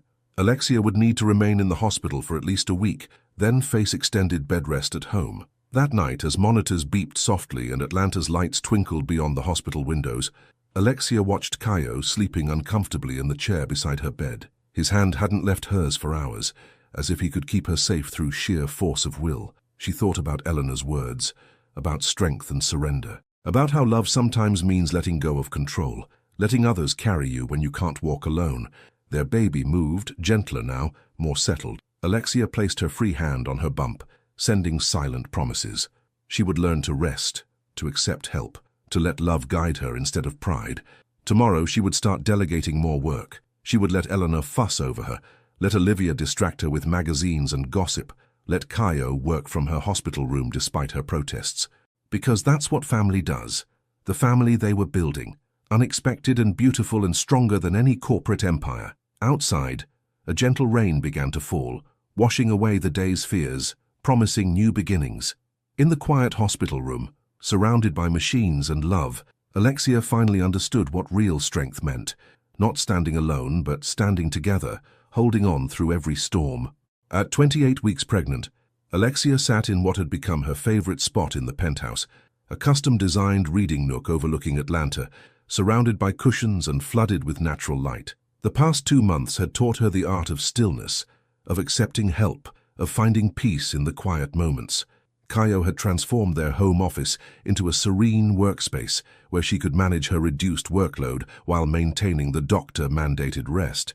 He'd kept his word about working primarily from home, running most meetings virtually. His protective instincts now balanced with understanding that she needed some independence. "More tea?" Eleanor's voice broke through her thoughts. Kaio's mother had practically moved into the guest suite, her corporate responsibilities in New York managed remotely, just like her son's. "Thank you," Alexia said, accepting the cup of pregnancy-safe herbal blend. "You don't have to keep taking care of me, you know." "Nonsense." Eleanor settled into the adjacent armchair, her own tea in hand. "Besides, I'm not just here for you. I'm here because my son finally learned to need someone, to love someone more than success. I'm not missing a moment of that miracle. A comfortable silence fell between them, broken only by the subtle movements of Alexia's active baby boy. They'd learned the gender at last week's checkup, though they were keeping it private for now. The peace was interrupted by Kaio's raised voice from his study. Even through the closed door, his tension was evident. "Everything okay?" Alexia asked when he emerged, his silver eyes stormy. "My father's coming to Atlanta." Kaio ran a hand through his hair, his tell for genuine distress. "He's calling an emergency board meeting. Apparently my reduced schedule and delegation of responsibilities have made some members concerned about my commitment to the company." Eleanor set down her tea with a sharp click. "Richard wouldn't dare." "He would, Mother. You know he would." Kaio moved to Alexia's side, his hand automatically finding her bump. "He's never forgiven me for choosing my own path, for building the consulting division instead of joining the law firm. Now he's using my focus on family as proof that he was right." "When?" Alexia asked quietly. "Tomorrow morning." He knelt beside her chair, his eyes intense. "I don't want you anywhere near this. The stress is less dangerous than me sitting here wondering what's happening." She touched his face gently. "I'm stable now, Kaio. Dr. Miller said short trips are fine as long as I'm careful." "Alexia's right," Eleanor interjected. "In fact, her presence might be exactly what the board needs to see." "What do you mean?" "They're questioning your commitment. Show them what real commitment looks like, to your company and your family." Eleanor's eyes gleamed with strategy. "Let them see the man who can run an empire from home, because his priorities are finally in the right order." The next morning, Alexia entered the boardroom on Kaio's arm, her growing bump elegant in a dove-grey maternity dress. She felt the stares, heard the whispers, but kept her head high. Richard Wolfe stood at the head of the table, his silver hair and commanding presence leaving no doubt about his relation to Kaio. His eyes narrowed at their entrance. "This is a closed board meeting," he said coldly. "Family observers are not—" "Ms. Monroe is not an observer," Harrison interrupted, surprising everyone. "She's still head of market strategy, and her latest remote implementation plans have increased our millennial investment portfolio by 30%. She has every right to be here." Alexia squeezed Kaio's hand before taking her seat, Eleanor positioning herself protectively on her other side. "Now," Richard continued as if there had been no interruption, "we're here to discuss the concerning shift in leadership focus over the past 2 months. Client meetings delayed, responsibilities delegated, decisions deferred. Decisions executed precisely as they should be," Kaio cut in, his voice carrying that quiet authority Alexia loved. "Every change has been strategic, every delegation carefully planned. Would you like to see the numbers?" He pulled up a holographic display, filling the room with real-time data. "Our efficiency has increased 15% since implementing the new management structure. Employee satisfaction is up, client retention has strengthened, and our adaptive response time to market changes has improved dramatically." "Because you're not micromanaging every decision," Eleanor added. "You've built a strong team, son. Letting them lead isn't weakness. It's exactly what a true CEO should do." "And what happens when the baby comes?" Richard demanded. "When your attention is even more divided?" "My attention isn't divided, Father. It's exactly where it needs to be." Kaio's voice softened as he looked at Alexia. "Having a family hasn't made me weaker or less committed. It's made me stronger, more efficient, more human." "Human doesn't build empires," Richard scoffed. "No," Alexia spoke up, her voice clear and steady. "But it keeps them from becoming hollow." She met her future father-in-law's gaze. "Your son has built something extraordinary here, not just a successful company, but a legacy of balance, of proving that power and love can coexist. That's what will attract the next generation of talent and clients. That's what will make this company last." The room fell silent. Harrison nodded slowly, others following suit. Even Richard seemed temporarily at a loss for words. "I move to maintain current operational structures," Harrison said formally. "All in favor?" The vote was unanimous. Even Richard's hand raised reluctantly after a sharp look from Eleanor. Later that evening, as they celebrated their victory with a quiet dinner at home, Alexia watched Kaio with their closest allies, Eleanor discussing nursery colors, Olivia showing off the tiny business suits she'd bought for the baby, never too early for proper boardroom attire, Madison coordinating their reduced schedule for the coming months. "Penny, for your thoughts?" Kaio asked softly, noticing her contemplation. "I was just thinking about what your father said about empires." She smiled, taking his hand. "He was right in a way. Human doesn't build empires, it builds something better, it builds families. Speaking of family, Eleanor interrupted, holding up her tablet. We need to discuss the wedding. I'm thinking a small ceremony before the baby comes. Intimate, elegant, just our closest circle. Mother, Caio began. Actually, Alexia said slowly, I like that idea. She looked at Caio. Not because we have to, but because I want to. I want our son to be born into a family that's official in every way, that shows him love comes in all forms, passionate like ours, fierce like Olivia's friendship, unexpected like your mother's acceptance. Caio's kiss silenced her, earning cheers from their assembled family. When he pulled back, his silver eyes were bright with emotion. 2 weeks, he said. Give us that long to plan something perfect. One condition, Alexia added, looking at Eleanor. No huge society affair. Just us, just love. My dear, Eleanor smiled, taking her hand. That's all I want for you both now. The society pages had their scandal. Let them see your happily ever after, too. Outside, Atlanta's lights began to twinkle on, painting the sky in shades of hope. Alexia leaned into Caio's embrace, feeling their son move as if dancing to the rhythm of their joy. They had faced every challenge: family disapproval, public scrutiny, health scares, corporate politics, and emerged stronger. Not because they were perfect, but because they were perfectly matched. Two souls who had found each other in the dark and decided to light up each other's worlds. In 2 weeks, they would make it official. But the truth was, they had been building their empire of love since that first night in a wrongly assigned hotel room, when two carefully constructed worlds collided and something extraordinary began. The evening sun painted the Atlanta Botanical Gardens in shades of gold as Alexia stood before a vintage mirror in the garden's historic greenhouse. At 30 weeks pregnant, she wore a custom-designed ivory gown that flowed elegantly over her bump, her dark curls adorned with tiny white flowers.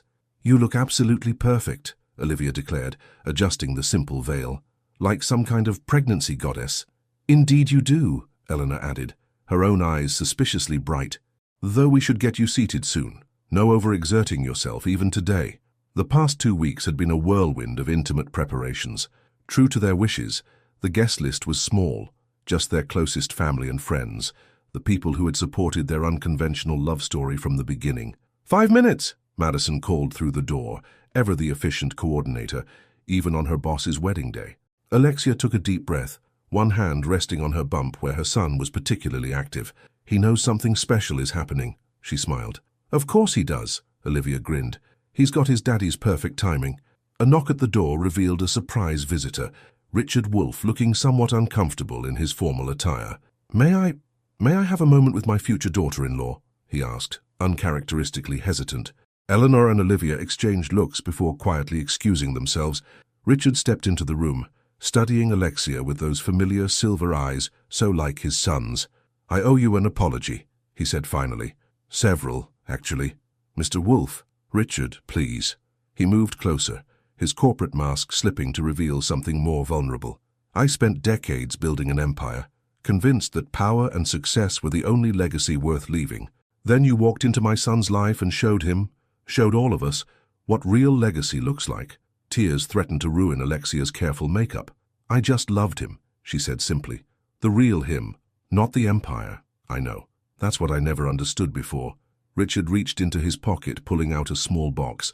This belonged to my mother. She was different from what I became. Softer, wiser. She would have loved you. Inside the box was a delicate sapphire bracelet, its vintage setting catching the evening light.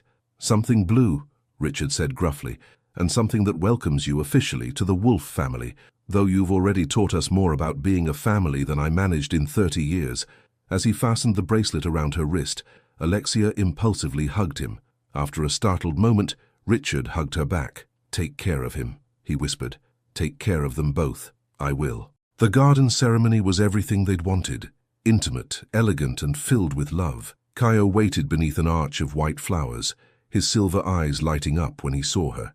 Despite Eleanor's protests, Alexia had insisted on walking the short aisle herself. I choose him, she'd said.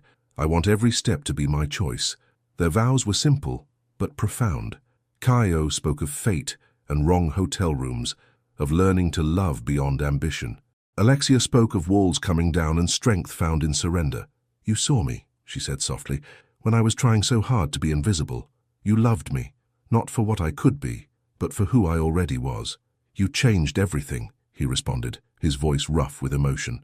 Every priority, every goal, every dream.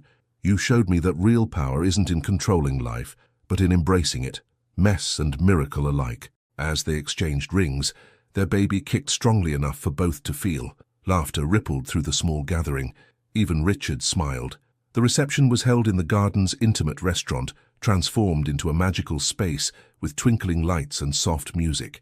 Olivia's toast had everyone both laughing and crying, while Eleanor spoke of second chances and learning to see love through new eyes. But it was Harrison's unexpected speech that touched them deeply. I've been in business longer than most of you have been alive, the senior board member said. I've seen empires rise and fall, but what these two have built, both in our company and in their hearts, that's the kind of success they don't teach in business school. That's real legacy. As the evening wound down, Caio led Alexia to a quiet corner of the garden. The Atlanta skyline glittered beyond the trees, a fitting backdrop to their moment of peace. How are you feeling? He asked, his hand finding its usual place on her bump. Perfect, she smiled. Tired, but perfect. No regrets? About the small ceremony, about any of it? Only that we waited this long. She leaned into him. Although your timing has always been impeccable, Mr. Wolfe. Has it, Mrs. Wolfe? The new name sent a shiver of joy through her. Before she could respond, however, she felt a different kind of sensation. A sharp, distinctive pain. Alexia, Caio's voice sharpened with concern. I think, she said slowly, your son has inherited your sense of timing. The next few hours passed in a blur of controlled chaos. Their wedding guests transformed into a support team, Olivia grabbing the pre-packed hospital bag from the car, Eleanor coordinating with Dr. Miller, Madison handling the logistics of turning their intimate wedding into an unexpectedly early baby shower. In the delivery room, Caio never left Alexia's side. Gone was the corporate titan, the controlled CEO. In his place was simply a man in love, supporting his wife through each contraction, whispering words of encouragement and love. You're the strongest person I know, he murmured as she gripped his hand. You've got this, my love. Hours later, as the first light of dawn painted the hospital room in soft colors, their son made his entrance into the world, a perfect blend of them both, with Caio's silver eyes and Alexia's darker skin tone, tiny fingers gripping his father's hand with surprising strength. Lucas, Alexia whispered their chosen name. Lucas Richard Wolfe. Caio's eyes widened at the middle name. They hadn't discussed it, but when his father was allowed in briefly and heard the name, the last walls between generations crumbled, as Richard Wolfe, titan of industry, cried openly while holding his grandson. Later, when their family had gone and the three of them were alone, Caio sat on the edge of Alexia's bed, holding them both. Thank you, he said softly. For what? For walking into the wrong hotel room, for seeing past my walls, for giving me everything I never knew I needed. Alexia looked down at their sleeping son, then up at her husband. Thank you for letting me in, for growing with me, for building something more precious than any empire. Outside the window, Atlanta was waking up to a new day. But in that quiet room, time seemed to stand still as two people who had once hidden behind careful masks held their miracle and marveled at love's perfect timing. Their story hadn't followed any conventional path. It had begun with a mistake, grown through challenges and blossomed despite every obstacle. But perhaps that was what made it perfect. Not its flawlessness, but its truth, its reality, its undeniable proof that sometimes the wrong room leads to exactly the right life. As Lucas sighed in his sleep, Caio leaned down to kiss his wife. I love you, he whispered against her lips. Both of you. Always. Always, Alexia echoed, her heart full of a joy she once thought impossible. They had built their own empire, after all, not of corporate power or social status, but of love in all its forms. And as the morning sun rose over Atlanta, painting their new family in shades of gold, they knew that this was just the beginning of their greatest adventure yet. 5 years later, the autumn sun streamed through the floor-to-ceiling windows of the Wolfe penthouse, now transformed by 5 years of family life. Designer furniture shared space with children's toys, corporate reports mingled with finger paintings, and the once pristine kitchen bore the happy marks of family cooking adventures. Alexia sat in her old favorite reading nook, now expanded into a cozy family corner, watching her husband chase their giggling children. 5-year-old Lucas, A perfect blend of both parents with his father's silver eyes and his mother's curls led the charge, while his 2-year-old sister, Sophia, all brown eyes and mischievous smiles, toddled after them on sturdy legs. "Got you!" Caio scooped up Sophia, his corporate persona completely forgotten as he blew raspberries on her stomach. His hair had a touch of silver at the temples now, adding distinguished charm to his still handsome face. The sound of their daughter's laughter filled the penthouse, a sound that never failed to make him smile. "Daddy, my turn," Lucas demanded, climbing onto his father's back. Caio obliged, somehow managing to juggle both children while maintaining his balance. Alexia touched her slightly rounded belly, where their third miracle was just beginning to show. This pregnancy, planned and peaceful, was proving much easier than her first 2 adventures. The company had evolved with their family. Caio had permanently restructured the leadership, creating a more balanced approach that allowed both him and Alexia to prioritize family while maintaining their professional success. She now headed the entire strategy division, her innovative approaches having revolutionized how the firm handled modern markets. "Aunt Olivia," Lucas suddenly shouted as the elevator doors opened. Olivia, now a marketing executive and recently engaged herself, entered with her usual flair, designer bags filled with gifts dangling from her arms. "Where are my favorite munchkins?" Behind her came Eleanor and Richard, their weekly family dinner being a tradition that had grown more precious with time. Eleanor immediately moved to help Sophia with her wobbly walking, while Richard, now a doting grandfather who read bedtime stories with different voices for each character, scooped up Lucas for their secret handshake. "How are you feeling?" Olivia asked, settling beside Alexia while the others chatted. "Better than the first 2 times," Alexia smiled, watching her family, "though your godson is convinced it's another sister." "Lucas takes his big brother duties very seriously," Olivia laughed. Speaking of which, she pulled out a small gift bag. A little something for the new addition. Inside was a tiny business suit, matching the one she'd given Lucas 5 years ago. Some traditions were worth keeping. The evening unfolded with comfortable familiarity, dinner filled with laughter and stories. The children showing off their latest achievements, plans being made for holidays and futures. Madison, who still ran their professional lives with incredible efficiency, called briefly to confirm their reduced schedule for Alexia's upcoming maternity leave. Later, after the children were asleep and their extended family had gone home, Caio and Alexia stood in their favorite spot by the windows, looking out at the Atlanta skyline. "Do you ever miss it?" she asked softly. "The complete control, the total focus on empire building?" "Never," he said without hesitation, his hand finding its way to her bump. Some habits never changed. "This is the greatest empire I could have built. Every laugh, every moment, every tiny victory with them. It's worth more than any corporate achievement. Even when Lucas reprogrammed your presentation to show his dinosaur drawings." "Especially then," Caio chuckled. "He's got his mother's talent for disrupting my perfectly planned systems." Alexia turned in his arms, studying the face she'd loved through so many changes. "Thank you," she said softly. "For what?" "For letting that wrong hotel room become the right beginning, for growing with me, for building this beautiful chaos instead of perfect order." He kissed her, soft and sweet and full of promise. "Thank you for teaching me that the best kind of power isn't control, it's love." From down the hall came a small voice. "Daddy, one more story." They shared a knowing smile. Lucas had inherited his mother's tendency to stay up reading, always hungry for one more tale. "Go," Alexia laughed. "Your son awaits." "Our son," Caio corrected, stealing another kiss before heading to the nursery. Alexia lingered by the window, one hand on her bump, the other holding the sapphire bracelet Richard had given her on her wedding day. The jewelry had become her good luck charm, a reminder of how love could transform even the most rigid hearts. 5 years ago, she'd been hiding behind corporate walls, afraid to be seen. Now she stood in the heart of a family that had redefined success, that had proven love was the greatest business strategy of all. Outside, Atlanta glittered with possibility, just as it had that fateful night when a room key malfunction changed everything. But the real magic wasn't in the city lights or corporate heights. It was in a little boy's laughter, a toddler's wobbly steps, a family's weekly dinners, and the endless love that made it all possible. They had written their own fairy tale, one board meeting and bedtime story at a time. And as Alexia listened to her husband's voice floating down the hall, weaving dragons and dreams for their son, she smiled at the perfect imperfection of it all. Sometimes the wrong turn leads to the right destination.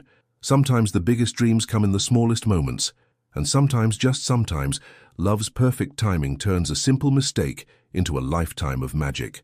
The end. Based on this deeply emotional story of Alexia and Caio, I've created an engaging question for you.